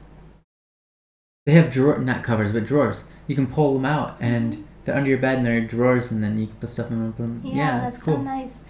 You know, I like bed skirts. Mm-hmm. Yeah. Some of them look ugly, but some of them look really pretty. Yeah. I like bed skirts too. They're very pretty. Oh my gosh, I can't even imagine like modeling like a cart with all the little like apples and berries and like, you know, in like any video game ever, it's like there's a cart of fruit or a cart of it's just like it's like the boring stuff because it doesn't mean anything. It's just it's just filler to make you think that the world is real. I don't want to have filler stuff in our game. I want every single thing to have a meaning. Okay. And I know that's annoying, but like otherwise I won't be able to make it. Yeah, I understand. I understand. Well, yeah. Yeah. Anyway, I want to try and grow this channel so that we can fund our game. That'd be cool. That would be very cool. Like, all my merch will go into funding the game and stuff. Maybe we can hire people down the line, like in a few years. Yeah. That'd be really cool. Really cool. It'd be nice. We'll see how things go, but we'll give it our best. I don't know if I can actually... It's hard because I don't actually care if my channel actually grows. So it's hard to find motivation. Well, not motivation, but like... It's hard to actually want to grow it. Because there's a part of me that doesn't want to grow it. You know what I mean? Because I'm like, oh... Yeah, I know. You know? I have to actually make an effort. Well, not just obviously that, and then there's this feeling of obligation involved. Yeah. So it's not just I have to make an effort. It's like I'm now bound to the efforts that I have to make in the future. Well, and also I don't want it to be like overtaking. I don't want it to take too much of my time either. Yeah. You know, because right now I'm just doing a stream like once a week. That's like 1 or 2 hours max. And then I've got merch that I make that maybe is like a few days in a month, and then that's over. You know what I mean? Yeah. And that's it. And that's not a lot of time, so that's really nice. But yeah, I'm gonna have to put a little more time in, and that's time away from the game. So, which is good. It's nice to have time away. Yeah. But at the same time, it also... I enjoy making my merch. It's fun. Yeah. I see you really do enjoy it. And you really like to... You like the physical stuff. I do like physical. You really like the physical I like physically... Like, I like physically doing things that have a physical and like visual outcome that I can visually, mentally, physically see and touch. I'm like, it is doing something. Yay! Yeah. You know, because like numbers on the screen don't really mean anything to me. I'm the opposite in that, you know. Yeah. For me, I don't like doing a lot of the physical stuff. I did cabinet making with my dad for a while, and I was like, I learned then. It was like I'd always had a notion, but I learned then. I was like, I really do. It's like, oh, Ryan, you're so creative. But it's like, I don't like creating anything physical. I don't like doing sculptures. I don't like painting. Yeah. But if you give it to me on a computer, like in a software, or if you give me, and then that's enjoyable. If you give it to me and it's like I have to crunch numbers, I have to figure something out, I have to calculate, I have to logic my way through it, I have to problem solve. Like that stuff, I do that all day. Yeah. And it's great. I love it. Yeah, for me, it feels like not real. Like when I do like digital stuff, I'm like, this is then a fake reality that doesn't really exist. Yeah, I think it's also partially why I like really like philosophy because it's not tangible, but it's real. Like it affects us. It's reality, and these are, and you can glean a lot of wisdom and live your life better if you can get some of that down. But at the same time, it's calculations, it's thought, it's getting in your own head and sitting there for a long period of time and just talking. Yeah, I do like conceptualizing. I don't think that you I do dislike enjoy any it. of that. But I feel like being like an intellectual and thinking about like intangible things is exhausting because I'm like, well, what are you actually doing? You're For not me, it's actually doing anything. For me, it's energizing and it's great. And then doing the physical things is exhausting. I'm happy that is. Yeah. Like, if I put like a Jordan Peterson video on, I'm like, dude, it's like he's saying all the things that you normally think in your head out loud, but like not many people can verbalize that. And I'm like, verbalizing whatever you're thinking in your head sounds so tiring. Yeah. You know what I mean? I'm like, it's tiring just listening to him. I'm just like, dude, that is so like what you're saying, and it's like kind of annoying because like a lot of the time he's just kind of talking. He's like thinking, he's like talking out his thoughts. Yeah. And I'm like, well, everyone has thoughts, like, you know what I mean, like the conclusions he's coming to, and I'm like, yeah, everyone thinks that way, but like, it's like he's getting I don't understand it. I guess it's like people watch him because he thinks out loud. Okay.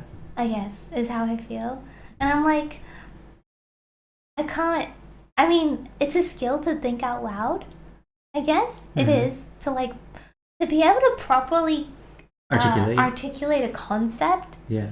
Oh my goodness, that is such a skill. Yeah. You know what I mean? Because for me, if like someone's like, okay, how do I do this? You know, I'm just like, it stresses me out. Describe this to me, or give me your thoughts on this. It really stresses me out to like try to explain what I'm thinking. You know what I mean? Because it's like, it's hard, and it requires like a lot of brain power for me. Yeah. So he's got that skill. Yeah, he does. But like, it's just when I watch him, he's like just rambling about his thoughts, and I'm just like, why are people watching this? I guess. Yeah. So. Well, I think it's intellectually stimulating because when you hear someone else articulate thoughts about anything, in your own head you start articulating your own thoughts better. Yeah. And so, I think so. If you listen to Jordan Peterson or any thought-provocative person, even if you don't agree with a lot of things they say, you start being able to identify some of the thoughts that you have better, because then you start to realize, oh, I don't agree with that. Why? And then it's like you talk yourself through it. So it stimulates your own interesting. mind. For me, when I disagree with someone, I just dismiss it. Well, I think most people do. Yeah. Most people just, if they disagree with something, they dismiss it. But what's nice about what I'm saying with like Jordan Peterson, for example, is because he's articulating it so well, it causes you to start articulating your own mind if you listen to it enough and you gain the habit of speaking like he does. For me, it's tiring because my brain might be doing that. Maybe your brain is probably trying to do that, and then it gets tired because it's like that's not a muscle I usually use. It's tiring, which is fine. Yeah. But Karen Yang, welcome. Welcome. So today at work, I had to check this clipboard for a second that another person was using, and she was like, "Sorry, I couldn't give you the clipboard. What I'm doing is a little more important." It's a little more important. Wow. In a really harsh way. Wow. And I was like in shock for a second. Yeah. I can imagine being in shock. So you wanted to check someone's thing and they're like, no, I'm doing something important right now. Like, I'm not going to let you check this. You had to check the clipboard for a second. And the other person was like, no, what I'm doing is more important than you checking. You know? Well. Okay. I guess they have their priorities. I don't know. You know, I feel for you, Sharon. And I'm sorry. You know what? It's not that they didn't let you look at the clipboard. It's that they said that. Yeah. You know, in a harsh way. Yeah. They didn't need to say that. That's rude. Yeah. It's hard for people to talk to other people in a way that respects each other. Yeah, it's hard. I mean, I guess I'm like one of those people though, cause like I'm doing the important thing. Just no, I feel bad though, but I don't know how. And these people don't know how to communicate with others. That's all. Yeah. They just are not. They're not practiced in communication. They probably didn't have like communicative parents growing up. Well, also, it's not even just that they can't communicate well. It's also they don't even think about. They can't empathize with like what you're doing. Yeah, they're not thinking about the way you would feel from their comment. They're just saying it, you know? Yeah. It's like which means it's not like they're attacking you to make you feel bad. Yeah. It's just that they aren't aware of what they sound like. Yeah. They also, they're totally unaware. Like, I remember one person was kind of being like rude and like aggressive and pushing. I'm like, why are you saying that in such an aggressive way? Or like, you don't have to be so aggressive about it. And they're like, aggressive? What do you mean? You know? They just don't understand that they sound crazy. They don't understand that they don't even know what they sound like. Yeah, they're not. Yeah. Like, and I'm sure if someone was aggressive to them, they would be offended. You know what I mean? They just don't see it in themselves. I'm okay if they said it nicer or even just neutral. Yeah, more. Yeah, absolutely. They're absolutely understandable. Yeah. And I think that's Sharon. You're right. You're right. Like they should. They should. They probably just don't. Agree. They just don't know. Maybe they don't know how aware to. They're not self-aware in that way. Yeah. We all learn. We all hopefully can learn to do that, but a lot of people many don't. of us. I know some older people who don't know how to talk to people. Yeah. It's like, yeah, me too. It's like instead of like asking, they think that telling people to do stuff is asking. Sure. Like, oh, do this for me. Get this for me. And it's like, for example, I remember for example, if like someone's coming home on a flight that's like 30 hours long and they haven't slept in the past 2 days and they're feeling exhausted, and then they come home and they're finally just sat down for 1 second, and this person just asks them to like get up and drive to the store and get something for them that's like so not important. You know what I mean? And they say it in like a do this kind of way. And you're like, what? I literally just flew and I'm so tired. And like, what do you mean? You know, but in reality, they don't have the understanding of what it means for someone to do something. You know what I mean? And I don't know. Maybe to them, I mean, for example, I lack that understanding sometimes, but that's why I don't ask people for things. Yeah, I have my own blind spots too. I don't know what they are. So that's for me, if someone asks me to do something very difficult and time-consuming, I'm like, yeah, I can do that, no problem. And it really does not feel like a big deal to me to do things for people. So when I see someone like not doing something, I just kind of triggers me. I'm like, why are you not doing the super easy thing? But it's just like they're not what they find easy is not what I find easy. Like they could maybe call pick up the phone and make a call or something, but for me it'd be like, I'm avoiding that. It's like, what? It's been a week, you haven't still called them? Why? It's so easy. Yeah. Well, I'm like, well, it's been a week. You still haven't picked up that thing off the floor? Why? It's so easy. Yeah. You know? So it's like, yeah. Yeah, different strengths, different weaknesses. Yeah. And that doesn't mean that we're all stuck where we're at. What's interesting about the strengths and weaknesses is that we can get really strong where we are weak. Especially if we start to pay attention to it, we can be like really good at it because an area that we have focus in. But yeah, when I guess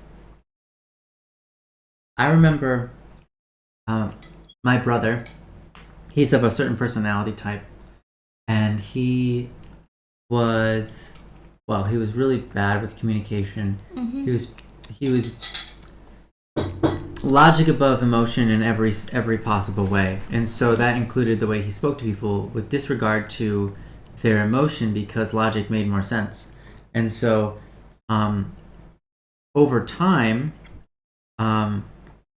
we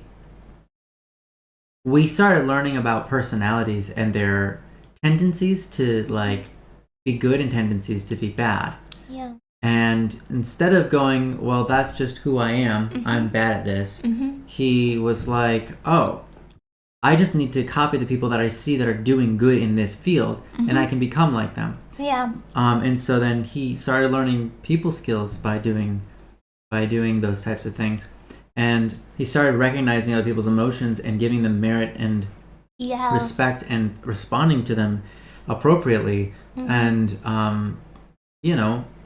not with disregard to logic, but just recognizing that there's a way to talk to people that's helpful, and disregarding their emotions is not going to get you an end result ever that you really want.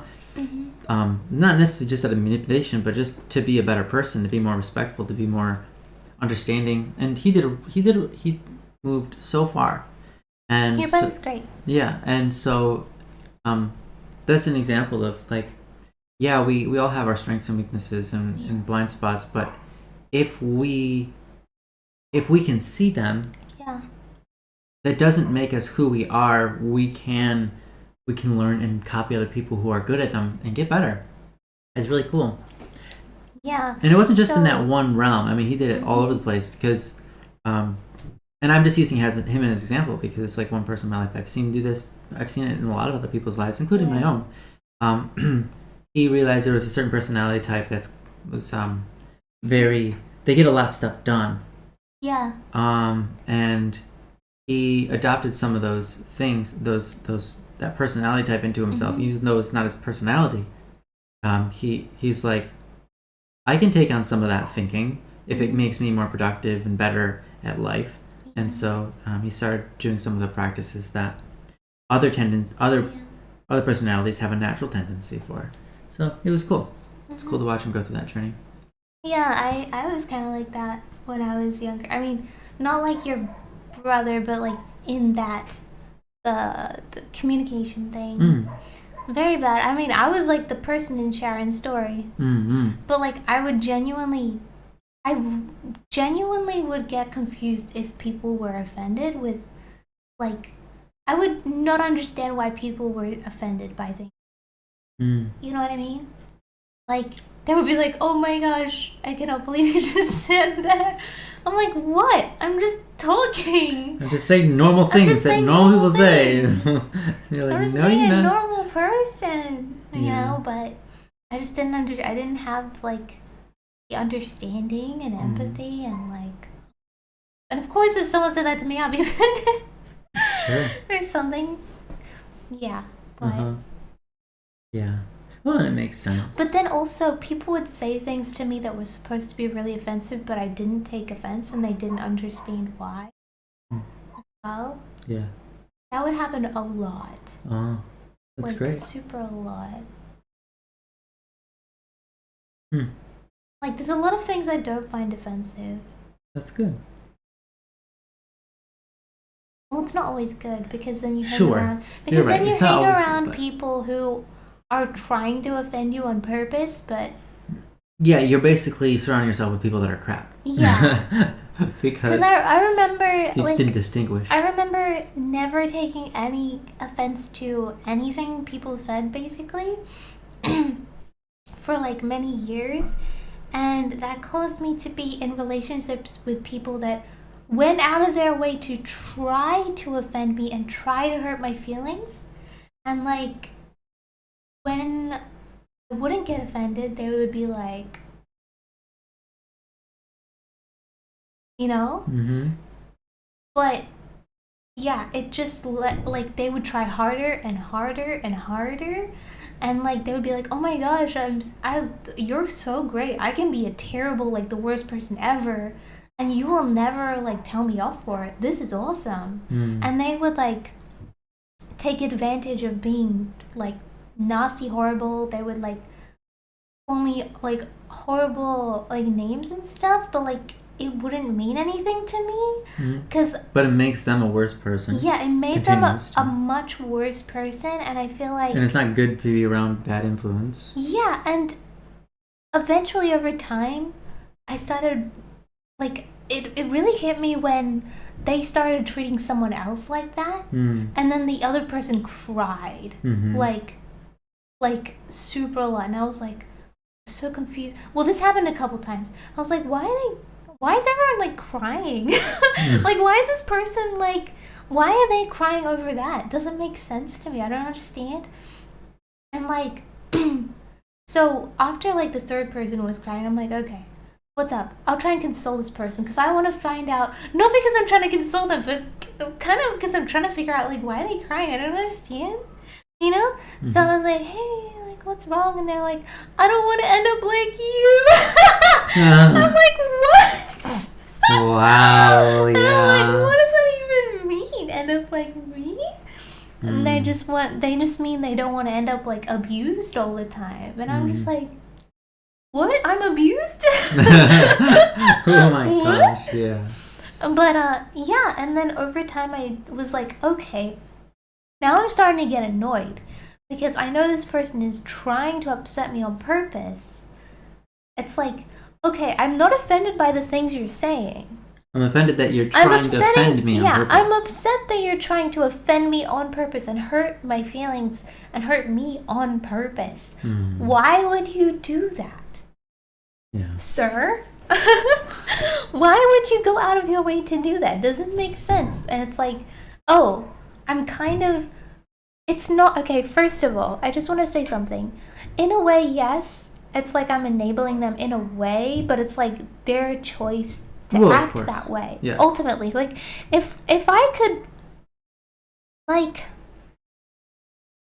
if someone wasn't offended by what I was saying, I wouldn't like go out of my way to offend them. More. Like, I'm trying to be a good person. You know what I mean? Yeah. But this person just kept going out of the way to be a worse and worse person, rather than being a better person. Right. So, of course, you know, that was much worse in many other aspects. You know, it's like if someone is trying to hurt you with words and stuff, they're trying to hurt you in a lot of other ways. You know what I mean?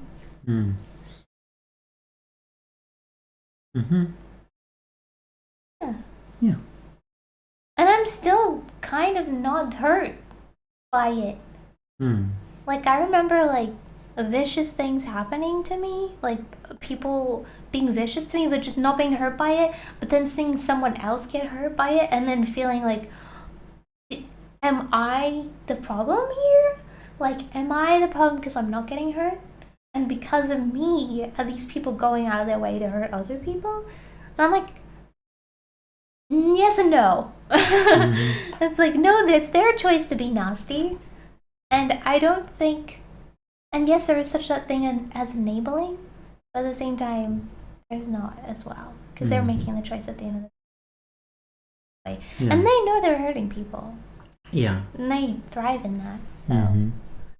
Anyway. Yeah, well, that's people. That's people, man. I don't understand. Yeah. Yeah, my mom had to be the enabler of a couple of guys.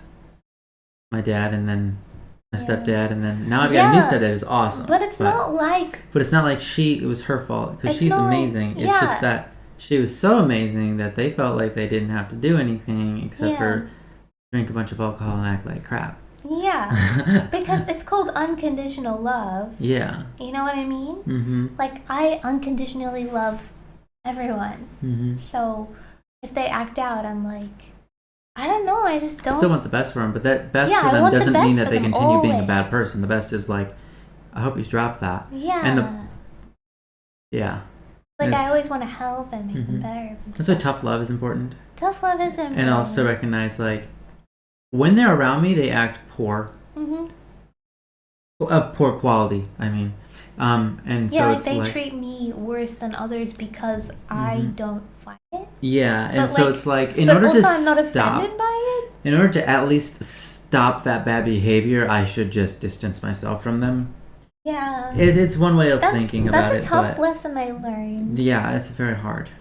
That's a very hard thing because you don't, like, I remember, man, so since I was like around the age of probably 12 or 14, I had been in constant position of caring for others, like being somebody's consoler, consultant, therapist, like even though I was not qualified, just constantly someone, at least one person, if not like 4 at a time, somebody was coming to me with their problems and talking about them, and I'd listen and we'd chat it out, and like that was my life for like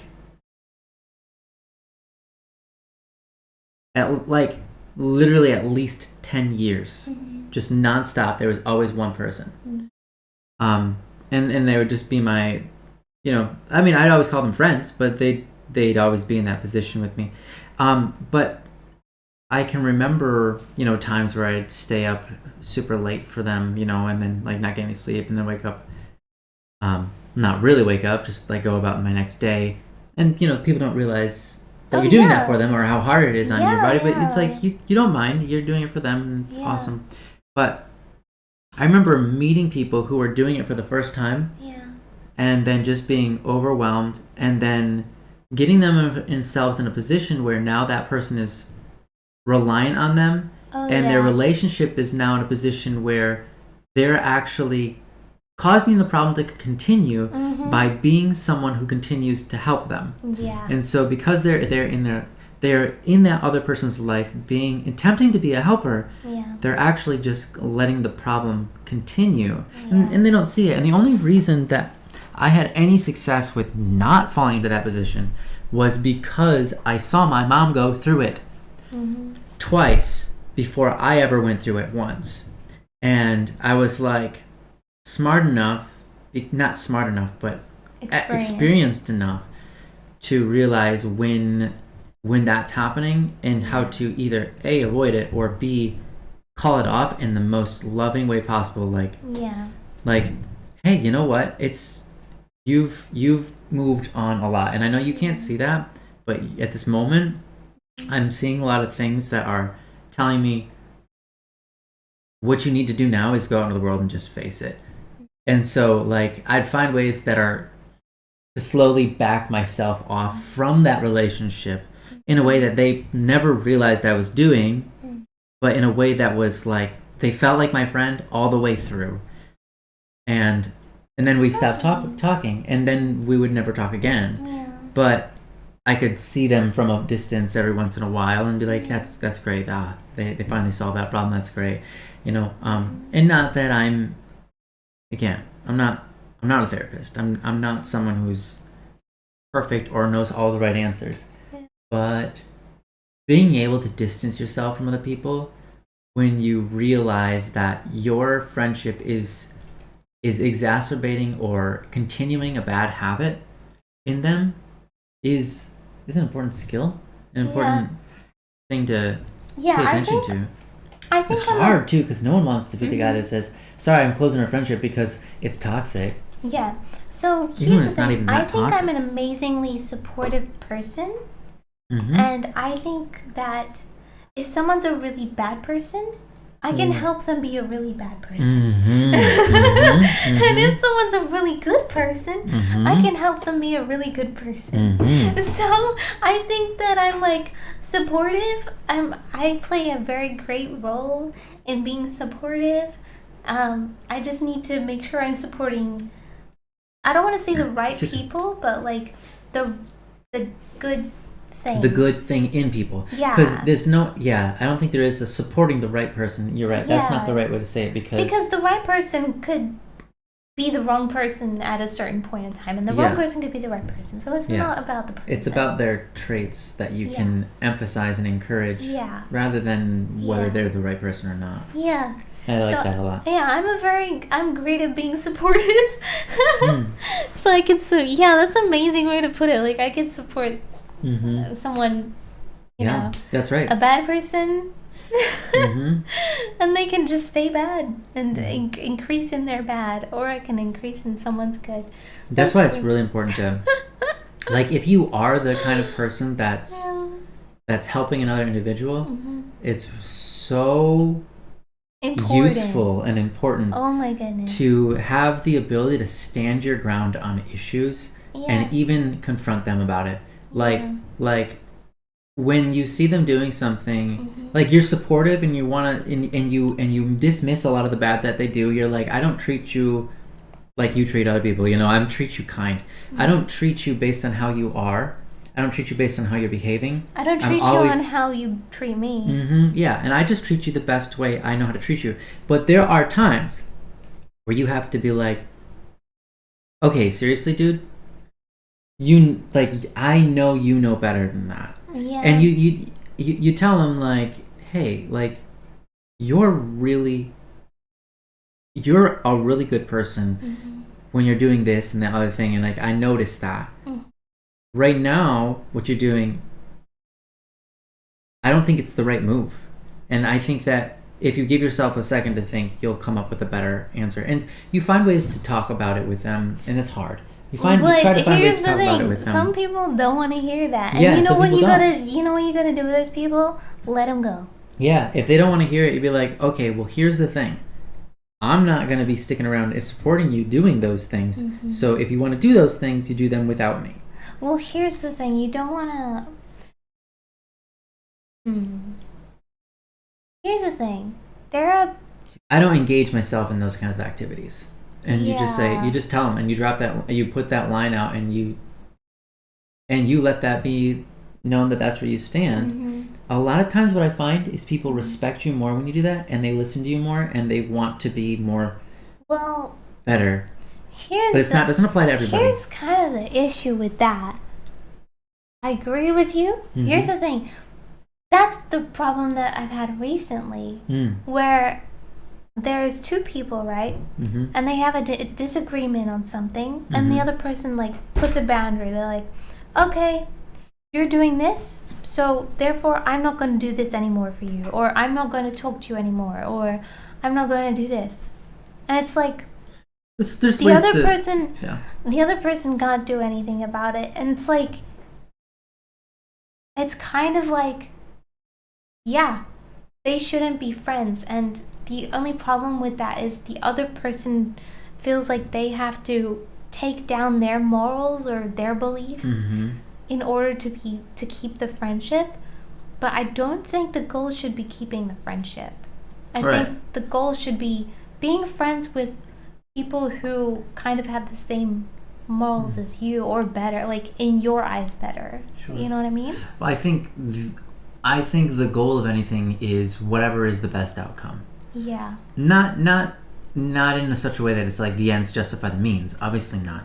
Right. But in a way that's like, we're gonna do things the right way all the time. And obviously that's idealist, and that's not possible. Yeah, sometimes and it's better to not be friends with certain people. And so, and my point of saying that is, in cases where it's like, well, I'm just not gonna I'm not gonna talk to you anymore, or whatever, you know, it's like, is the person that's saying, well, I'm going to treat you badly, you'll see how it feels when I don't talk to you anymore, I silence you, is that really the best behavior? It might be a way to get what you're looking for, and it might be a way to distance yourself from a toxic relationship, but is it the best behavior? And it's like, yeah, it's a tricky scenario, tricky question, but I think the answer is to be your best. And then whatever happens with them is whatever happens with them, and you don't have to take responsibility for that. But to do your best to be your best. And you know, sometimes those people are, you know, it's like, I'm distancing myself from them, I'm not talking to them anymore. And the relationship is coming to a close, and that is the best I can do. That's my best. And it's like, okay, sometimes that is. And you know what? Yeah. Hey Zay. How's it going? Zay. Anyways, I mean, there's a difference between... I it's so hard for me to give advice because like it's like there's always so many ifs and buts and like it's different scenarios. Like whenever you're not addressing the entire. And whenever I hear someone give advice, I kind of get triggered. Not triggered, but like my brain's like, no, because you can't say that to this kind of person because they're gonna take that and like take it the wrong way. Yeah, that's what. Yeah, it's really important. You know what I mean? You're giving the advice to the person that needs to hear it the right way for them. You know, it's difficult. It's so difficult to try those. Oh my goodness. Yeah. Some people don't have the ability to empathize, so when you say something to them, the empathy part goes over their head and they take a completely different message from it, or you know, you get all sorts of different problems. Like the other day, Don't Worry Wednesday, I remember someone's topic was like, oh, like something, and then on the offhand they were like, oh, I'm getting yelled at a lot. And I'm like, why are you in an environment where you're getting yelled at? Are you like in some kind of abusive like situation?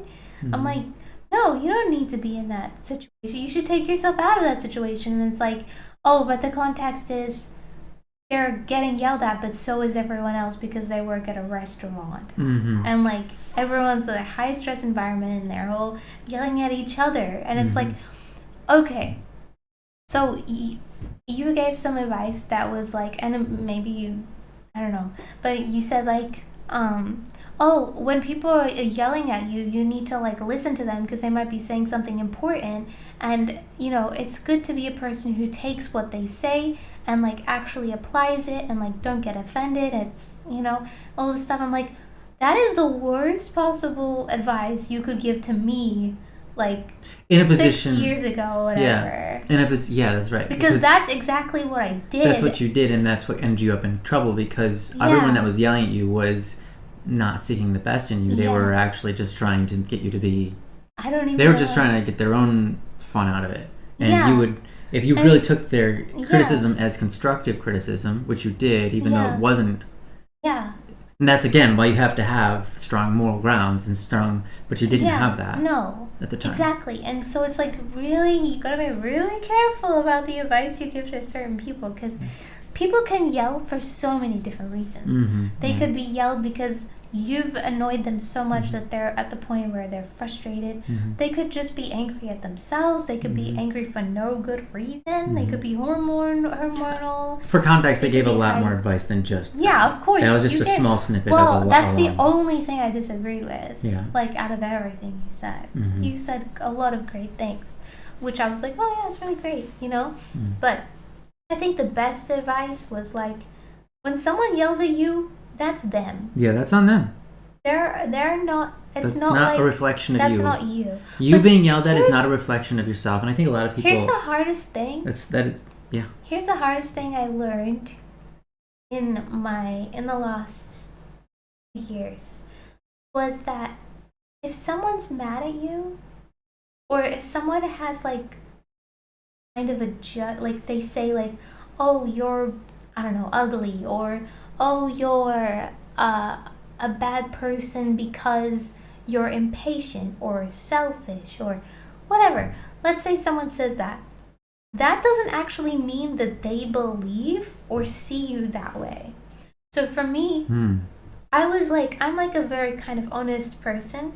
If I tell someone off, especially if I'm like, hey, you're doing this, that means that I genuinely think that they're doing that, and I genuinely believe that that is a bad thing. You know what I mean? Like I'm genuinely telling them off because I'm actually truly offended, and that's how I truly feel.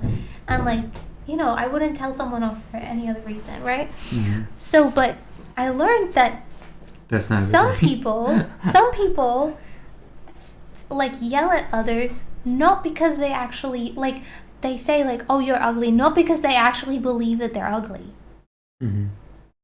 That was like, like mind blown. Like, wait, you're telling this person they're ugly, but you don't actually believe they're ugly?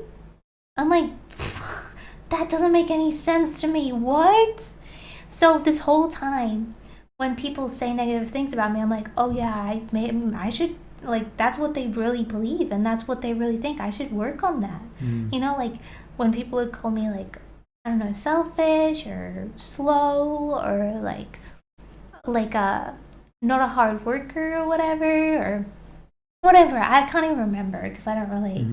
But like I'm like, oh, I should fix that. Yeah, they were just trying to offend you. No, they're just trying to offend. They're just trying to hurt your feelings. They're not actually trying to help you. Yeah, and they don't actually think those. Yeah, and the things that they're saying, they're not actually believing in it. It's like they know you're a hard worker, so they're gonna tell you you're not a hard worker to piss you off. You know what I mean? It's like when I learned that, I was like, what? People do that? Why? Yeah. And it's like because they want to offend you. I'm like, but why would they want to offend me? Yeah, what's the purpose of that? What's the point? How's that good? It's like, oh, it's not good. Well, then why do it? But why? It's like they don't gain anything. It's like, what do you gain from offending me, or what do you gain from hurting people? Hello, and it's like, I still don't understand what they gain. Like, again, it's like this power. It's this fake power struggle they have in their head. Like, I can offend people. I'm so powerful. It's like, yeah, anyone can do that. You dumbass. I'm sorry, but that doesn't mean that's not a thing to be proud of, sir. I'm like, yeah, anyone can offend anyone. People just don't. Like literally, some kids are like, they say them like they're not even trying to be offensive. They just say what they see. Yeah. And they're like, wow, that was like the most literally offensive thing I've ever heard in my life. And you're how old? You're 5. Great. Yeah, that's so I guess anybody can be offensive to some degree. I guess I don't know. I just never got offended because I'm like, oh, they're just speaking their truth. They just see things the way they see things. I guess that's just how they view the world. They just think that, oh, this person's a bad person, or this person's like whatever. I'm like, whatever. That's just how you see the world. I guess I just would dismiss, like, I'd just be like, yeah, that's how you see it. Whatever. Yeah. It's like, oh, I'm a bad person because I didn't cut something in the way that you expected me to cut it. It's like, okay, well, maybe that really hurts your feelings. I don't know. And I just couldn't understand. I don't know. I just genuinely believed that, like, they just meant everything they said. And then, like, one day, they're like, yeah, I'm just lying about all that stuff. I'm like, what? What do you mean? And then I was like, okay, now I'm annoyed. Now I'm actually offended for the first time in my life. I'm like, for the first time in my life, I'm actually offended that you would try to hurt my feelings. Like, what? The time you've just been trying to hurt my feelings. Wow. So I don't think some people understand that. Yeah. Yeah. Fair. So whenever someone says some constructive criticism now, because I took everything as constructive criticism. Not everything is constructive criticism. I took insults as constructive criticism. Yeah. I took everything as constructive criticism. Well, here's the thing. Constructive criticism needs to be met with your own criticism. And what I mean by that is, if you look at constructive criticism, like if I've got a song that I put out and someone does constructive criticism on it, I should respect it enough to read it through and think about it. Yeah. But I might come to a conclusion that's like, oh, no, I'm not going to do that because that would cause this issue. And this person doesn't know that, and that's fine, but I'm not going to do what they said. Sometimes maybe they were just trying to be offensive, but you would still apply that same thing and be like, if I take what they said literally, I don't think that would result in a good end, so I'm not going to do that. Yes, so I would have that logic-based reaction normally, but then over time I kind of realized that, like what Sharon was saying earlier, like I would just offend people, but like not actually, like, and they would be shocked by what I said, and I would be like, what did I say? I don't understand. So I knew, like subconsciously, I'm like, okay, there is something I'm doing. You know, there's been a feedback loop of like, oh, some people getting offended. So I'm like, okay, I need to work on something. I don't know what it is. So whatever anyone tells me that's negative, I'm going to take that and be like, okay, I don't agree with what you're saying, but I don't know better because I can't see myself. So whatever you're saying me is true, and I will try and work on that. You know what I mean? But instead of taking that from a wide variety of people, I took it from one person. And they just happened to be, like, kind of abusive, I guess. Sure. So other people would. I Fair don't enough. know. Yeah. So, yeah. So they were giving me, like, all this, like, negative feedback. And I was like, oh, yes, of course. I invite your negative feedback, and I will make a positive out of it. But it was just negative feedback for no reason. Yeah. Like, for no... And then well, I mean, I've dealt with... Yeah. And other people have dealt with people like that, and I've seen the feedback loop is just they're never satisfied. Yeah, they're never satisfied. And you will always their feedback will always be wrong. And they give you like you're not good enough. What's the word? Conflicting feedback as well all the time. Yeah, well, of course. It's like, well, but to them, but before you told me to do this, but now you're telling me to do this. There's two opposite things. Which one do you want me to do? And all this gaslighting going on. Yeah, gaslight, whatever. Yeah. But I was just like, okay, well, I guess that's just how it is. I don't understand. Yeah. Sounds like you want a paradox. You wanted a paradox, and they'd be like, "Don't insult me." Yes. I wanted this and that. Apparently, it's like I don't know how to do both. Yeah, well then I was like, well, I guess two things can exist at once. I would try. I will try. I guess the problem is I don't understand reality and logic. I'll just try to do better. Like, I literally can't understand what you're even asking of me, but I'll try. And of course it would end in shambles, and I'll be like, I'm sorry, I tried to do the thing you wanted me to, but it's impossible. Yeah. Yeah. Oh well. No. And now we're here. We learn. And now we're here. We get better, and we get away, and we come back, and good. Yeah. Well.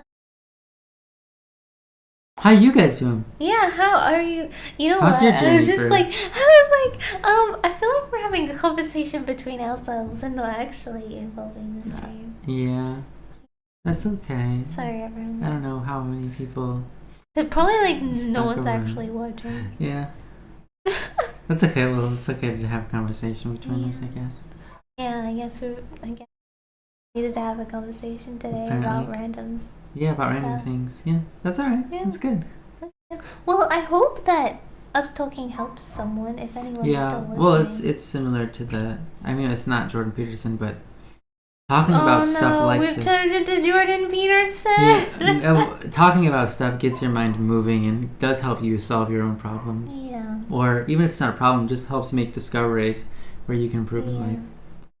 Or whatever. I hope someone who's being abused is like watching and like they're like, yes, that's true. Thanks, Indy Crow. Not everything everyone says. Oh yes. Indy Crow says they're doing great and they love hearing our experiences. Yeah, I hope someone learns, because if someone told me this 6 years ago, like if someone said, oh, you're being abused, I'll be like, okay, what's that? What do you mean? I don't understand that. Blah blah blah. Whatever.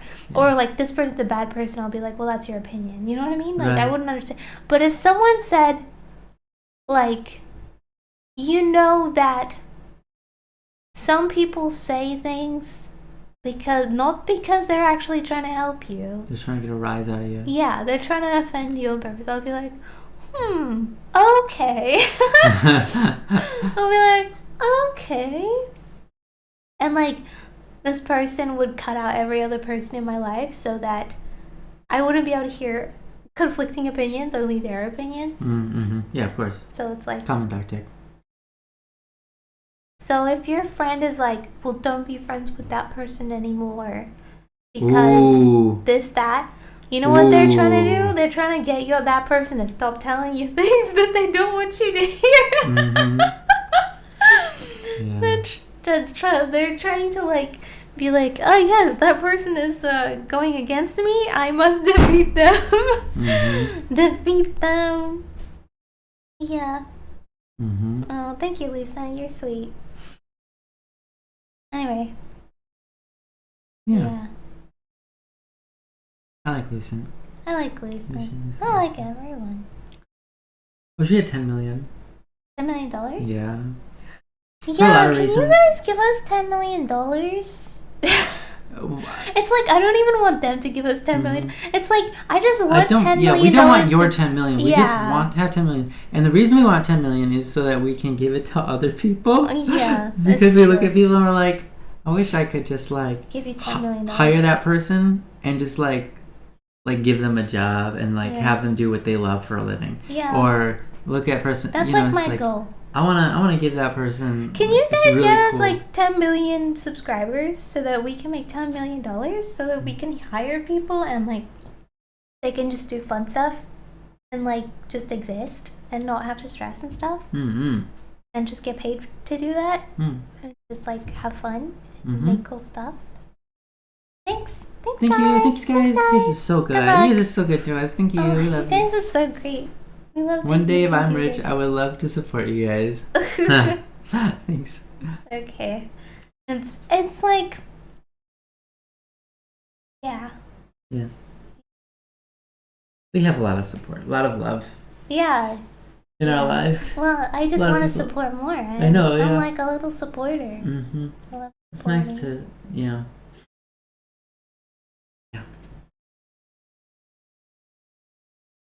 Mm-hmm. Would like to have a company.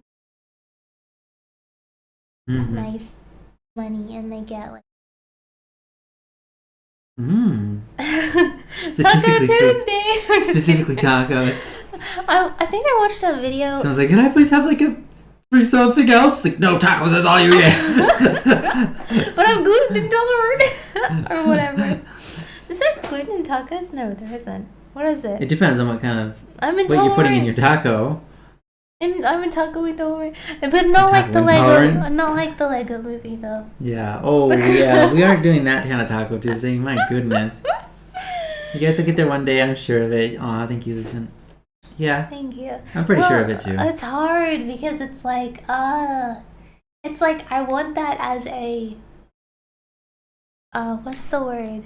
It's not an actual goal. Yeah, it's not it's just a thing, like a stepping stool or just something that's like... It's like a stepping... It's like, I want $10 million to not be the main goal, but just like a side thing that kind of happens. Yeah, and then we're just like, oh, cool.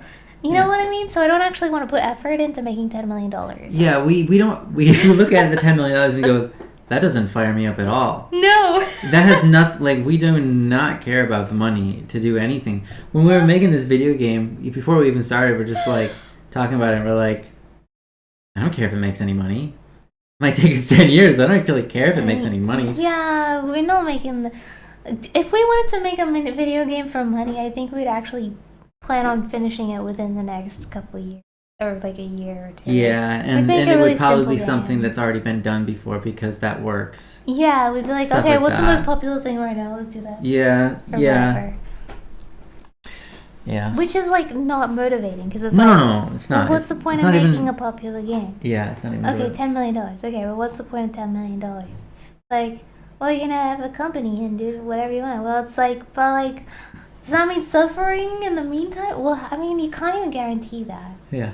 You can't even guarantee popularity or money. Well, no, you can't, of course. So you might as well just do something that is good, cool. That you like. And then maybe you make $10 million, or maybe not. Probably not. I think we're gonna make like $2,000 from our game. Like, I genuinely believe that. Okay. And like, even though we're gonna spend 10 years on it, or maybe even less because we spend money on it. Sure. Yeah. Because you know what's funny? It's gonna be like the same price. I don't know about the price, but like looking at other games, it's like, okay, it might be a price of like a print or 2 prints. It's like, you know what I mean? Mm-hmm. It's like, well, I know my audience, right? And if I released a game like tomorrow, right? Mm-hmm. I would make, maybe a couple, like $1,000 minus the expenses. So I don't know how much we spent on the game. We probably spent $1,000. Not yet. How much do you think we spent on it so far? Because I spent maybe $400 by myself. You spent $400. Yeah, because I spent like $300 on that course. I thought the course was $200. Oh, maybe. Well, depends which currency. Oh, yeah. Are we talking UC or I don't know. Anyway, if I put out the game tomorrow, I think that people would buy it, but it would be like another print launch. Mm-hmm. You know what I mean? It may be the same kind of. It would be like the same amount of money. Yeah. Well, it's because you have the same like, audience. It's yeah, like, yeah. So if I made a game released tomorrow, it would be like a print launch, and I would make but it would probably be less because my audience aren't really like, maybe they're not all gamers. Yeah, sure. So, and I've never like sold a game before, so it would probably do less than that. Yeah. But that's only if you only limit it to your current audience and. Yeah, but I mean, that's what you do. Yeah. What do you think is gonna happen? We're gonna put a game out on Steam and everyone's gonna know it's there? No, of course not. Just the people that we tell is gonna know it's there. So it will be like my audience, and if you decide to share it your audience, then that will be like maybe $2,000. Yeah, there you go. That's about right. We've already calculated it.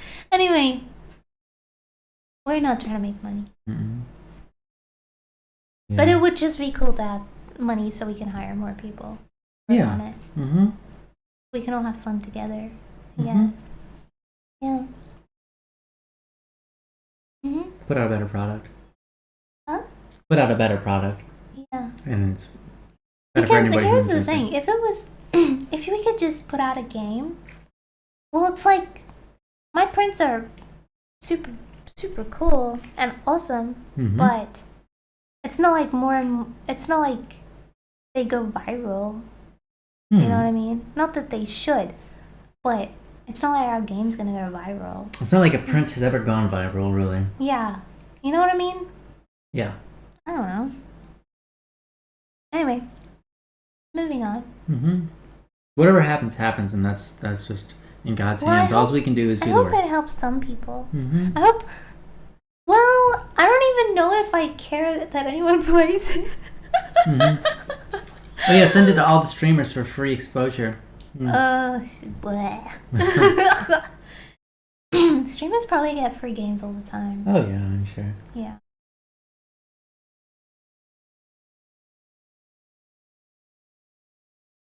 That'll be interesting.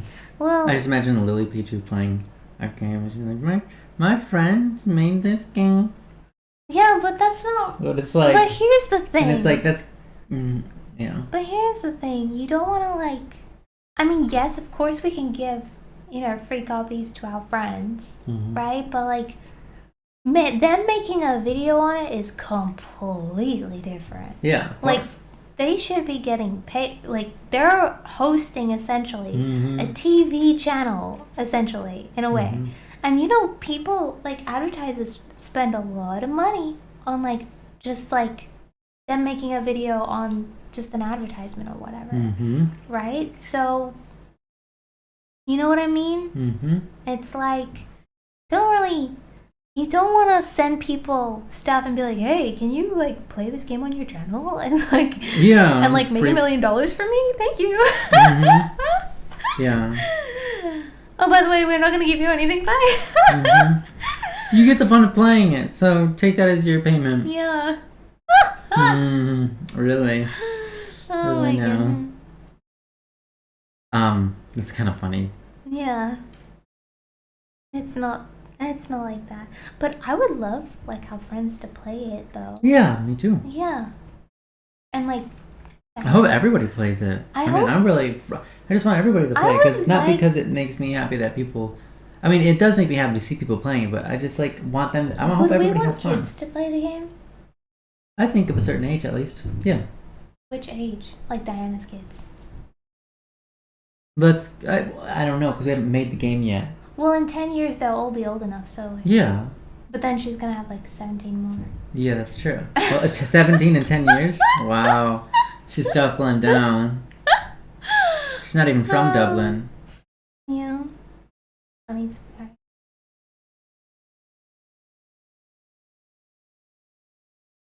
Thank you, Lucen.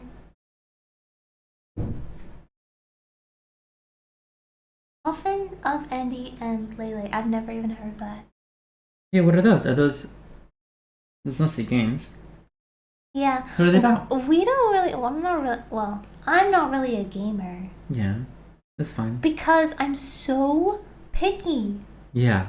Every time I load up a game, I'm like, this is boring. I'm not playing this. Mm-hmm. That's kind of funny because I've always been considered a very picky gamer to everybody. Oh, I'm pickier than you. And you're even more picky than I am. I'm so picky. Mm-hmm. I get mad. Mm-hmm. I'm like, your tutorial sucks. Yeah. Like, I've tried to play that game with Genshin Impact. Mm-hmm. There was no tutorial. I mean, maybe there was, but I just walked straight past it. Mm-hmm. I'm like, what's the point of this game? Why am I even here? Mm-hmm. It's pointless. And then I just closed out of it, like, after running around for an hour. Something. I think it was, yeah. Maybe it wasn't an hour. Well, it wasn't an hour. It might have been an hour, but it wasn't an hour of gameplay. It was an hour of you looking complaining and complaining about everything. I'm like, this is ugly. Mm-hmm. Or whatever. I don't know. I don't like what they did here in this kind of field. Yeah. Right, and look out there. Look, it's so empty. Yeah. It really is. Yeah. Yeah, the game was so empty. I'm like, people like this? Ooh. To do here, and the combat was so boring. Mm-hmm. And I was like, oh man. Sure. Like, I like Elden Ring combat better than Genshin. Yeah. Wow. I think something to keep in mind, obviously. Is Genshin's a phone game? Genshin's a phone game. I've never played a game on my phone. Well, maybe I played like. And it's not that all phone games are bad. It's just you can expect more in combat out of a game that's designed for the PlayStation. I guess I couldn't pinpoint the point of the game. It was just like, it's not giving me a reason to play it. Yeah, you didn't feel any attachment ever applied to anything. So, yeah. If you have a reason to play something, if you feel attached to anything in a game, you suddenly stop caring about all the things that annoy you. If a game gives me something to figure out, like within the first 10 minutes. Mm-hmm. Like, okay, you have to figure this out. I'm like, oh. And I feel like also there's no games where you have to create a character, like character creation, it's like, okay, you've invested some time into it. Yeah, that's true. There's also that there was no investment of time in the start of Genshin. So there's no investment of time. They didn't make me use my brain. They didn't give me a purpose to play. They didn't guide me. Not necessarily that I need guidance, but it's like, they didn't give me anything to do. Sure. You know what I mean? Yeah, that's true. It reminds me, I mean, this has been, I remember having this realization a long time ago, but when it comes to movies, it applies to games too. Yeah. You have to be attached to a character to care at all that he's in combat. It's like when you open up a movie with a combat scene, sorry, that's a bad move. That's a bad idea to do with any movie ever. Yeah. Because unless it's like a sequel and you know the characters or something. I need to be invested within like the first 10 minutes. Otherwise, I'm like, no, this sucks. I don't care whether this character loses or wins because I don't even know who that person is. I don't know what side they're on. I don't know their story. And even if you tell me like, oh, this is the good guy, that's the bad guy, well, it's still not attached because I don't know the people. I'm not emotionally invested for the person to think, oh my gosh, don't get hit, I don't want you to get hurt. You know, to have that feeling of like, I really don't want this character to get hurt. They're precious to me. They have to be precious to me.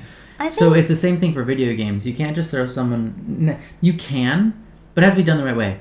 Like, you can throw someone into the environment as long as if you're giving them, they are the character and that's them.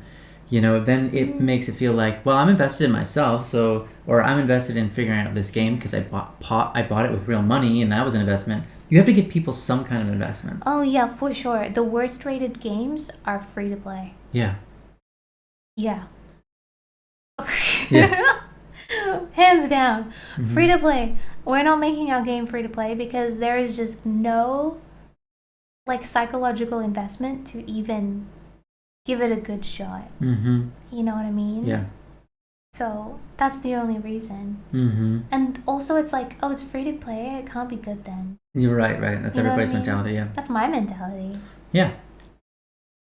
But I don't want to make it so expensive that it's like $100. I'm like, oh my gosh, what? This must be the best game ever, and then they play it, and they're like, "This is the best game ever," because you think it's the best game ever because you spent the most money on it ever. So, oh my gosh, I remember we paid. Placebo effect is real. Well, that game that we played that was like so expensive, like $80. It was like the worst game I ever played. It was Fallout. Fallout something. Yeah, Fallout 76, whatever it was. It was such an awful and game. Everybody said it was a bad game. Yeah. We ignored their warnings. Yeah. It was a bad game. Yeah. It was, well because we paid so much, we kind of put in a little bit more time because we were like, come on. Yeah. Like, there's got to be a reason why this is so expensive or whatever. Mm-hmm. I know. It was a AAA game, and it didn't. No, it was awful. Yeah.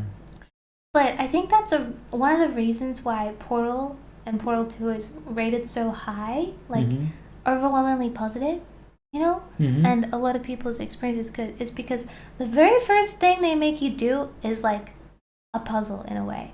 So it's like you get the gratification of figuring something out that's supposed to be like kind of difficult in a way. It's like, how do I do this? I have to actually think, okay, how do I get that there? To do this, oh cool, I did it. And then it's like, you know, they get the reward like straight away. You know what I mean? It's like, yes, I did it good. It's like if you have a measurement of your success, that's so good. I think that, you know, like that's why they have like leveling up in games, I think, because it's like it's a measure of your success. I think there's progression, and I love character progression is important. Progression. Yeah, me too. I love it. I love seeing progression in my daily activities. I love like vacuuming because I can see all the little dust, it's gone and the floor looks cleaner. You know, but if I vacuum a clean floor already, I'm like, well, what was the point of that? It doesn't look any different. I like to wait till the floor is all dusty and covered in crap, and then I'm like, it's time to vacuum, yay! It's time to vacuum, yay! You know? So, yeah, I love seeing progression. So, it feels so good, man. Tickles my brain. Yeah.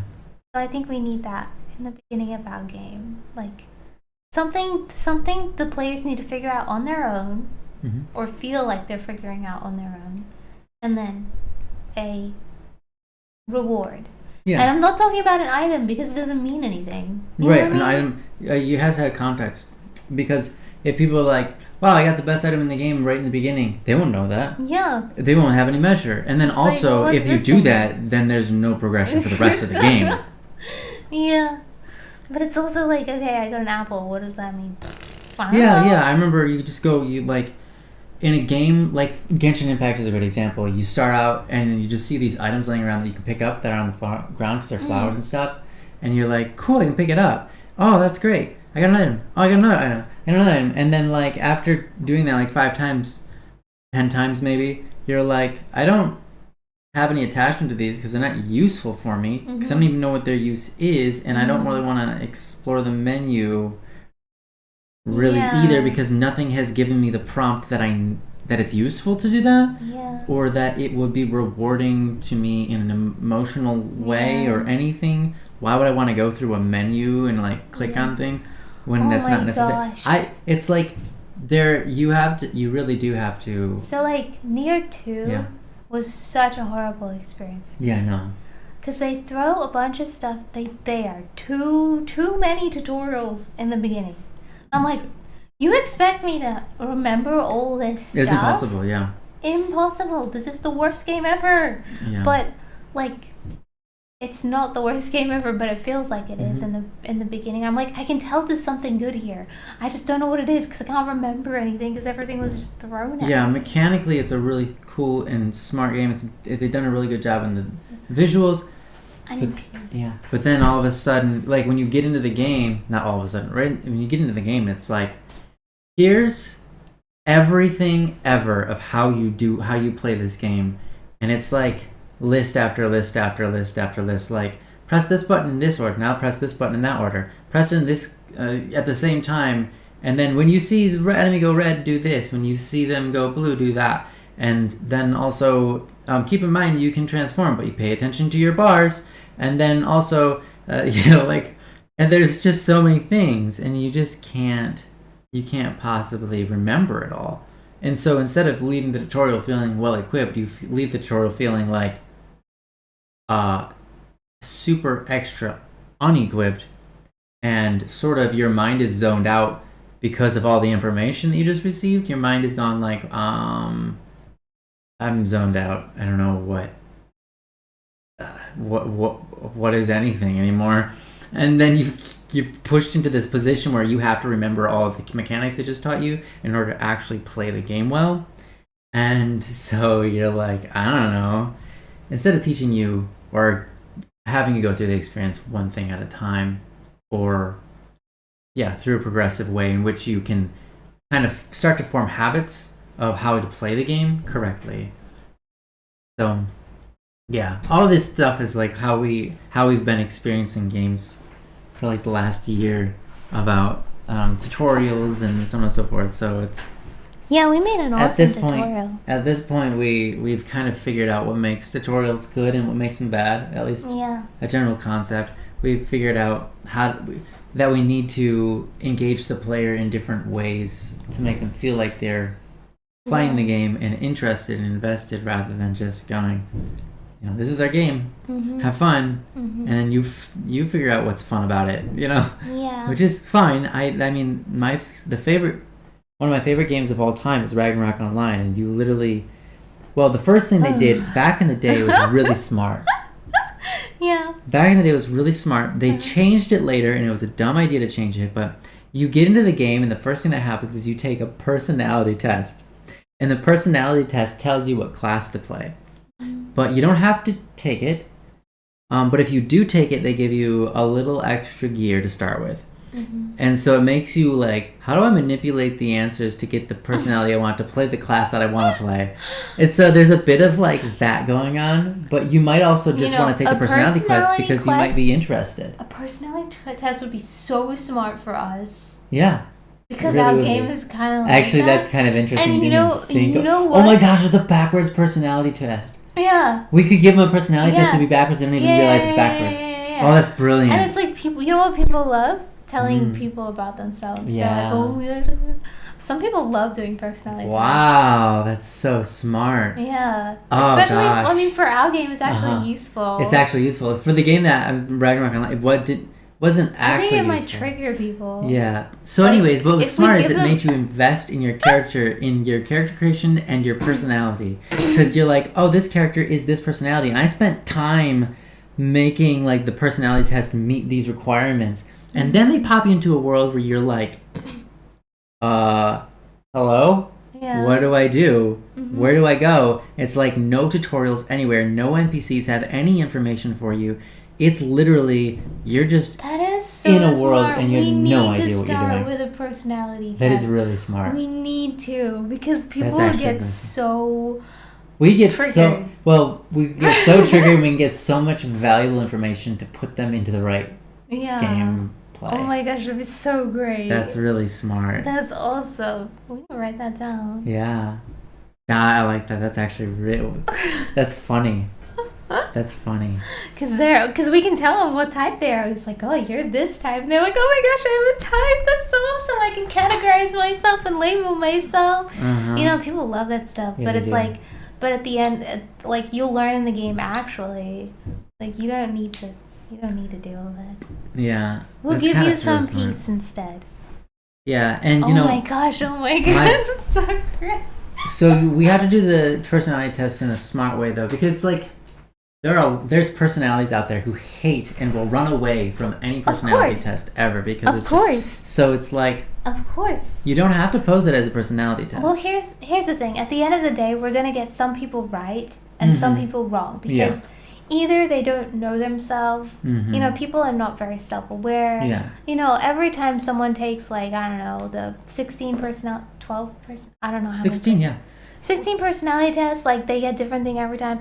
At the end of the day, we'll nail some people, but some people will just be like, oh, you know what I mean? That's fine. That's just that's just fine. You know what's really funny? What? It's really brilliant. What? This is really brilliant. What? So they get to the end of the personality test, and the result is I don't know, man, you're really special, I guess, because I can't really pin you down. Yeah. And people were like, oh, I'm special. They couldn't even figure me out. And it's just like everybody gets that. Oh my gosh, that's so funny. That's Just give them such a fake. Yeah, but if they play the game, if they do it again with different answers, they'll be like, wait, this is. Yeah, they'll be like, wait a minute. Or they go up they look up the game at all. They watch any streamers play. Yeah. They look any information up. They'll be like, oh, that's not fun. That's mean. That's just. But then it actually is something that we pay attention to for the rest of the game. We just don't tell them. Yeah. I think the personality test is so smart. Yeah. Because each thing is going to have its own kind of personality. Yeah. But the thing is, it's not even quite a personality no, test, it but wouldn't it is be. a personality. It wouldn't be like 16 personalities. It would be completely different. Like it will be testing other things that people wouldn't think of as personalities. Yeah. So we would have to make up our own questions and answers. It's like, yeah. Again, another thing we would have to just make from scratch. It's like, okay, what is, oh my gosh. Yeah. How do we even figure that out? Because you know what? People gonna run away from that the most. I know. I love that. I love that. That's cool. That's cool. We could try to make it dynamic enough that it catches out. people. That's so hard to figure out. Yeah. We're gonna have to go, oh my gosh. That's gonna be so difficult. Yeah, but it's really smart. Yeah. Yeah. Sorry, you guys are like... you guys are have being no way too idea. vague, but at the same time talking about it, I'm excited. Yeah. You guys are gonna have no idea. Yeah. I like it. I love it. That's fun. That's a fun idea. That's really cool. I think the challenge would be... Oh man, people are gonna get so riled up. Yeah.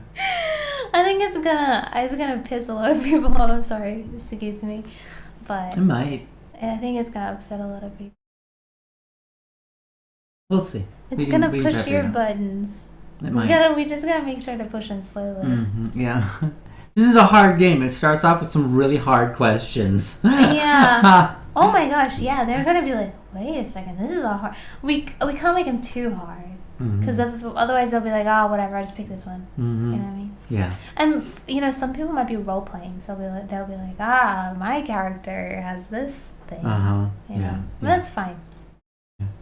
You give them a game, contextual scenario, and choices. Oh, okay, yeah. How they would act in a certain situation. We're already doing that. It will be a stealth personality test. No direct diagnosis. We already are doing that. We are sort of doing that, yeah. We're already doing that in the first place, but yeah. That's, yeah, you're right, Neon Temple, though. That's right. Yeah. Yeah, that's good. That's what we're doing. Yeah. The context is the game itself. You give them choices within it, and there you go. But, yeah, a lot of people role play, but that's still useful for them. Oh my gosh, you know how you could tempt people with their vices or whatever, and if they pick it, you're like, okay, I know your problem. Oh my goodness. Yeah, they get halfway through the game and they're like, and then the game just prompts them, I figured you out. You are solved. Now the game really begins. And they're like, what? I just got this message in the middle of nowhere. Does anyone know what this means? Could you imagine? Oh, that'd be awesome. Oh, no. Oh, that'd be so awesome. Oh my goodness. That'd be really cool. Yeah. That'd be really cool. Yeah. I like that idea. You should write that down. I think it's silly. Because the game is already hard. It's and this is not even the point. It's not like the game is going to be a personality test. No, or not even close. Not even close. It's gonna be. It's just the whole journey. Yeah. It's a very small part, or it's a big part, but it's a small part at the same time. What's the stream about? I guess we're just talking about our video game. We talked about pooping for a little while. We talked about nutrition. We talked about various amounts. Yeah, lots of different stuff. Yeah. So, how often do you poop, Tellerino? Can you please answer this question? I'm trying to take a survey. Everyone else has answered. Yeah. How often do you poo? The reason is... No, we just need to know. Yeah. It's for a game. No, it's not. It is not. It is not. GTA 6 or nyansai game? Wow. Well, we're probably gonna take 10 years, so... Is it gonna take longer than 10 years to come out? I think Good GTA question. 6 will come out first. I think so too. Yeah. We'll see. Yeah. I don't know anything about GTA, but it's probably gonna come out first. Once a day. That's great. You know, it's good for you. Yeah, why do you have that face with it? Yeah. Or maybe that's the relief face. relief face. Yeah, maybe. Are you upset about that? Do you wish it was more Well, often or okay, less? you know what? I can understand being upset about that because you know what? I don't like it. I don't like pooping Because it's either. messy and... What? It's not messy. What do you mean messy? You use toilet paper and water and all that for a reason. Oh, well, I mean, yeah. Okay, sure. Yeah. It's messy and like... It's confined, but it's Well, you're you dealing know- with stuff and it's like you have to take time out of your day. Yeah, that's the part. And you That's have the to part like... I don't like about And it requires you, even when you don't want it to require you, you have to go elsewhere. Yeah. And then it can be stinky sometimes. It's like... The whole oh, experience man. is nothing enjoyable about it, really. So Yeah. I can get the... And it kind of... What's the word? It kind of... grounds you. Yeah, I suppose. My God, Like yes, everybody I poops. am a human. Everybody poops. Yeah. Yes. Okay, no. Oh no.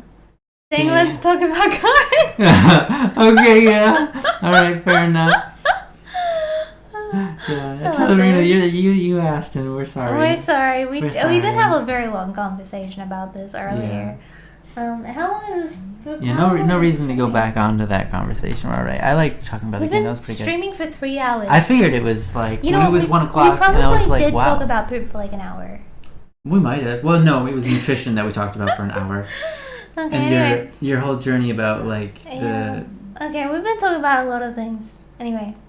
Yeah. So, anyway, back to our video game. plants, essential oils, meat, animals, all sorts of different things. Yeah, we talked about a ton of stuff. I'm excited for our game. Yeah, me too. I'm so excited for our game, and I hope you guys can keep up the excitement for another 6 to 10 years. Yeah. Yeah, Yeah. Good luck. Good luck with that. yeah, I'm counting on you. yeah. And also share us with everyone so that we can get more people to enjoy the game. Mm-hmm. Yeah. Yeah. Yeah. Like we said, we're not really in it for the money. However many people it touches, We it touches. can't, But can't be in it for the money. yeah, obviously it doesn't make sense for us to be. But like if we were doing anything for the money, we would not be doing this because Yeah, I would making be, money is for us a totally different route. I would So- I would just go to McDonald's because it's just like I would work at some kind of place where I'm like guaranteed a paycheck. If I wanted to actually make money, Sure. I would go to a place where I'm guaranteed a paycheck. Yeah. Yeah. Mm-hmm. Anyway. Yeah, we talked about money for a little while too. Mm-hmm. And wanting $10 million so we can make a company and hire people to have a great fun time and Mhm. just do whatever they want. I mean, not whatever they want, but like In a coordinated way. in a what they coordinated would way, like to do, whatever that's they good. want. Because like, I mean, if you're just giving people money like for no reason, I've learned in my lifetime that you know what those people do? Lose all motivation and purpose for Oh yeah, life. for sure. They're like, why am I even alive? And they get depressed. Yeah. Yeah. That's so true. So Indy Crow says, I will wait every year for it. Aw, every thank year, you. well, okay, well it's gonna be 10 years, so That's only 10 6 weightings. to You 10 only have to years. wait 10 times. yeah, you only have to wait 10 times. That's not bad. It's pretty Mhm. good. It might come out sooner. Soon, Mm-hmm. Might come Like- out sooner than 10 years. think so. Maybe 6. I have a feeling, well, at Maybe this moment, 6. I'm for sure settled on releasing it in installments. Yeah, we're definitely gonna release it in installments, but when do you think we'll have like a working game? Because we've worked on it for 2 months, and I feel like we haven't really gotten very far. Right. Yeah, I don't know. No, like imagine if we got this much. Okay, if let's say our projection is we get this much done every 2 months from now on. Well, I think it'd take like 1,000 years to finish. well, okay, I will say this. We were learning, and we are learning. We were a lot. we were learning a lot, and also I didn't prioritize it as well. Mm-hmm. So you didn't really work on it for 2 months. No, I didn't work on it for 2 months. You did. Yeah, I did. So I've only worked on it for I've only worked on it for like maybe 20 days. Mm-hmm. Max. Mm-hmm. You've worked on it probably 60. Probably. Yeah. Well, maybe not 60. Maybe 40. No. Yeah, probably 40. 40, 50, maybe. Mm. But yeah, I've only worked on it 20. And the amount of work I've gotten done in 20 days is horrific. Just because of the learning. Mm-hmm. Like the first 14 days was just trying to make one thing. Yeah. An Unreal Engine. Mm-hmm. And I couldn't. I ended up doing it, but then I was like, no, we should do the different part of the game first because it would be. Because we didn't actually. Well, you got enough of it done that we can utilize it when we need to utilize it. Yeah. So that's good. Yeah. It was somewhat foundational, but not. Yeah. More so the learning was foundational than anything. Yeah. 10 years, light work, no reaction. Yeah. Hey, here's the thing. What have you been doing the last 10 years? Maybe you're not old enough yet, but like, what we have been doing for the last 10 years is working. And you know what? If I had a game to show for it, I would be so happy. Yeah. You know what I have to show for the last 10 years? Nothing. Because everything I've ever worked on has been canceled by the people I've been working on it with because they just like start something and don't finish it. Mm-hmm. So I've done thousands and tens of thousands of drawings, heaps of artwork, and all of it has been to nothing. Mm-hmm. So, Yeah. I don't regret it in a way because I'm like, well, I learned stuff, but in the same breath, it's like, but I could have used all that effort to actually make something. Mm-hmm. You know what I mean? Mm-hmm. To actually have an outcome. Yeah. To actually benefit people. Mm-hmm. You know what I mean? So, hey, 10 years is nothing. If there's something at the end, that's great. No, How far awesome. to a minimum viable product? Yeah, great question. No idea. Yeah, no clue. There's a lot to figure out. I would love. So we don't know yet. I would absolutely love to release like some kind of alpha in like 3. I don't want to say 3 to 5 years, but I'd like to release years. the alpha in 2 years. 2 years? Yep. I think you're delusional. Sorry. That's fine. We'll see. We'll see how things go. I'm sorry for saying that so roughly, But I don't know that's possible. It also depends on what an alpha is to you versus what it is to me. Oh, sure. So. Sure. That's true. Mm-hmm. That's absolutely true. Yeah, we'll see what happens. happens. Minecraft Alpha was just literally blocks and like free and like some. Mm-hmm. You know what I mean? It's like nothing. Yeah. So. 10 years will fly by no time. That's true. That does happen, yeah. That'll happen. The past 2 years has flown by like. Yeah, the past 5 years for me has disappeared. Yeah. Well, yeah, but the last 2 years have been really fast. Yeah. Yeah, so fast. Like. Mm-hmm. Yeah. But even though a lot's happened, it's like some of the biggest major decisions of my life has happened in the last 2 years. Yeah, we got married twice. We got married twice. Yeah, and yet it feels like it went by so fast. in just literally like half a year or something. Yeah. Well, I think the slowest periods of my life were like when I wasn't doing anything. Yeah. Like when I wasn't busy. It's like when you're actually so focused on a project or something, days just blur together. Oh yeah. You know what I mean? Mm-hmm. You can't remember like last week from last month from yesterday. It's all the same. Mm-hmm. Yeah. So I'm excited for that. Yeah, I am looking forward to that. I like that. Yeah. Feels good. So yeah. So Brian says 2 years. I'm up for I'm up for making that happen. Yeah, we'll see. I don't think it it's depends. Possible, the thing is, it really matters how much time we get to be able to spend on it, and how much energy we have to do it when we have time to do it. Yeah, the thing is, we do need to make. Here's the thing: we can't reasonably work on a game full time. Right, because we need... And we are only 2 people, and we have such large goals that it's insane, right? Mm-hmm. So we also have to work actual, I don't want to say jobs, but like we need to be making money as well on the side, as well as working on the game. You know what I mean? Mm-hmm. So, yeah, realistically speaking, we're going to spend a lot less time. I mean, we're going to get a lot less done than we want to, I think. Yeah. Because just for that fact, but also we're only 2 people. Yeah. And we're completely new at this. Mm-hmm. So I think it's going to take 2 years just to get used to the programs that we're using. In my opinion. It might. In my opinion. I think it's going to take 3 years to be like professionals at what we're doing. Yeah. So Fair. do I think we can release a game in 2-3 years? Probably not. A prototype. I think a prototype would definitely be feasible. Okay. Well, I guess we would have to decide what that prototype would be. Mm-hmm. And then work towards that. Well, here's what I've seen. Yeah. I've seen a team of people, small team, 5 people, Mm-hmm.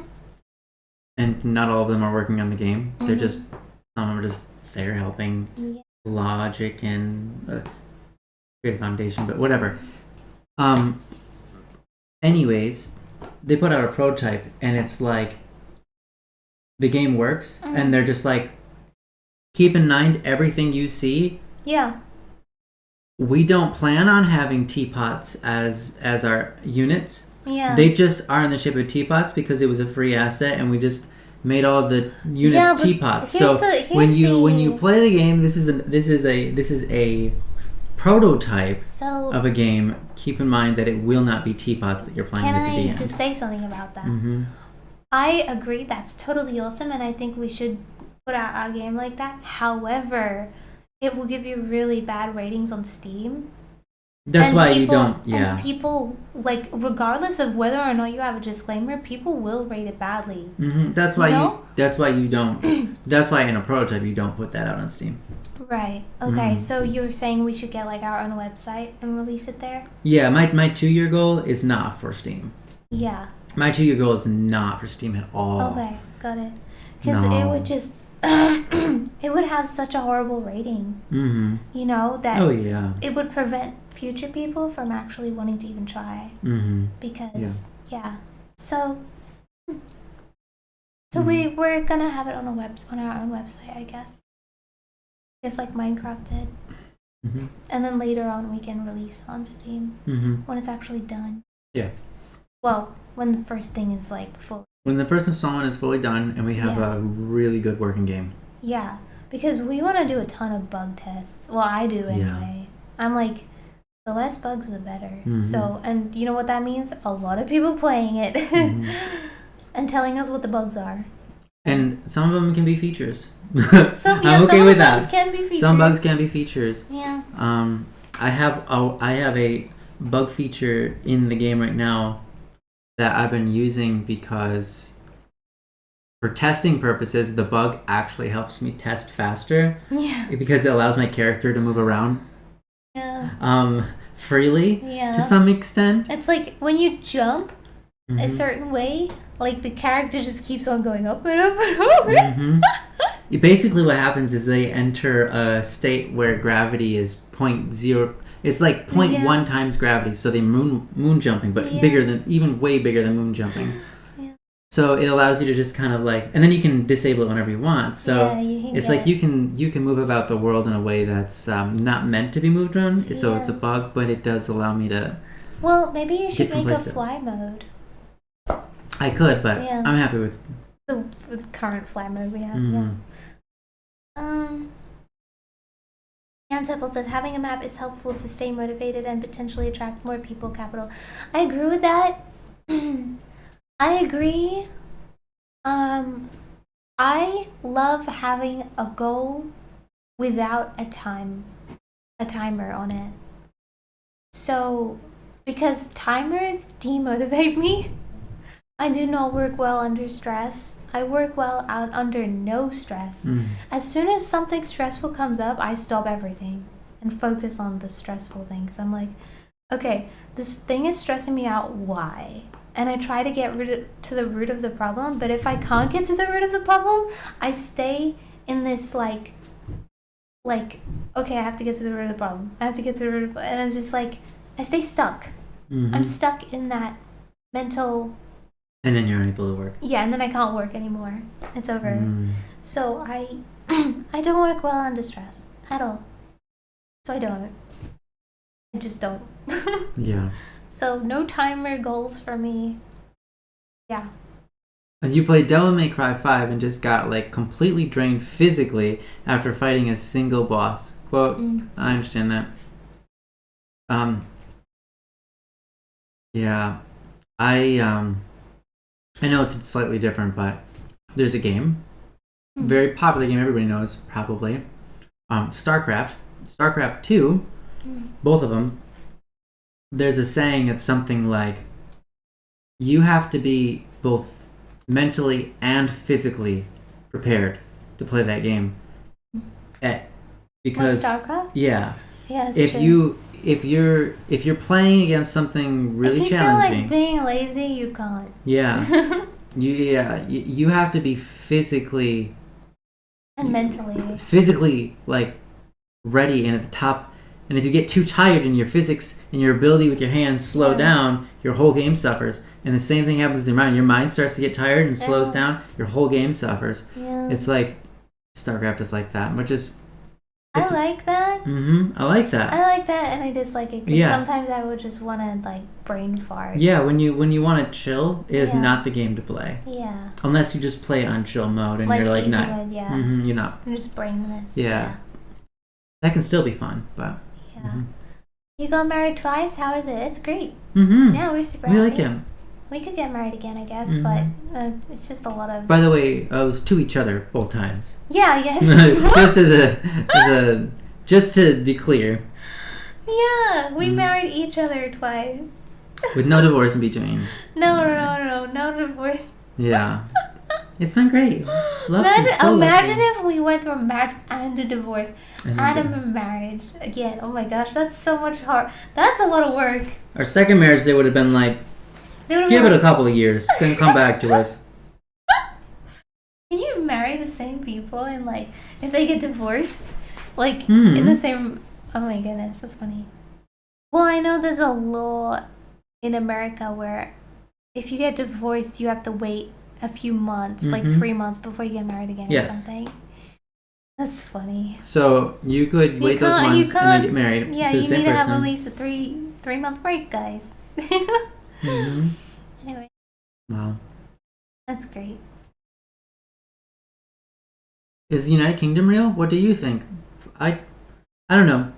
I know people from there, but I don't know if they're actually real.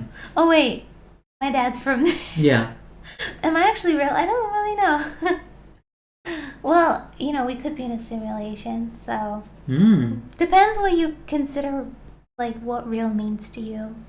I don't know. What really is real? Yeah, maybe we're not. What even is real. is? Maybe you're not real. Maybe you're a robot. Or an alien, or well, maybe you don't exist. Maybe we don't exist. Maybe some of us exist and some of us don't. Well, that's called schizophrenia. Happens. DMC5, Devil May Cry. No, maybe the schizophrenic people can see what's actually real. Wow, yeah. That's awful because some schizophrenia is very terrifying. And some well, they say demons are among us, so I don't know. That's true. That's fair. More physical stress for you. Mentally, I do not tire. Yeah, fair enough. Okay, I think we're good. Yeah. I think I'm good. Yeah. Thank you, I'm getting everyone. hungry, so. Yeah, I'm hungry. Thank you, everyone, for such a beautiful, wonderful stream. We really enjoyed ourselves and talked our faces off. Yeah, it's already 2 p.m. Next week, not next stream. So next stream will be on Tuesday for us, Monday for a lot of you guys. We will be playing a video game, probably Elden Ring, but maybe not. Maybe something else. We don't know. And maybe we'll play Minecraft. Maybe. And then next Saturday, is Friday today for most of Yes, you? that's right. So if it's Friday for you today, it'll be Friday. If it's Saturday for you today, it'll be Saturday. So next Saturday we're having another stream, and I will be showing you a behind the scenes footage of my print, like the making of. It's like a winter cute thing, and then I'll be showing you like what I do when I get my prints. Like I cut them and then I package them and send them out and stuff like that. So kind of like talking about like logistics about the scenes of like the printing business, if you're even interested in that. And like, I don't know, that'll be fun. I like those kind of videos. And yeah, we'll talk about that next week around this time, maybe earlier, probably. Anyway, see you all. I hope you have a beautiful day. Wishing you all the best in health. Love you all very much. Thank you for joining us. And and of course I'll be releasing the prints next about this day. Anyway, see ya, love ya. Wishing you all the best. Yeah. You're all healthy and stuff. Yeah. Yeah. Bye-bye. Oops, bye. Well, with my head, because I can't with my... Bye. Bye-bye. Maybe I should have the music outro. Ba-da-ba. Oh, here we go.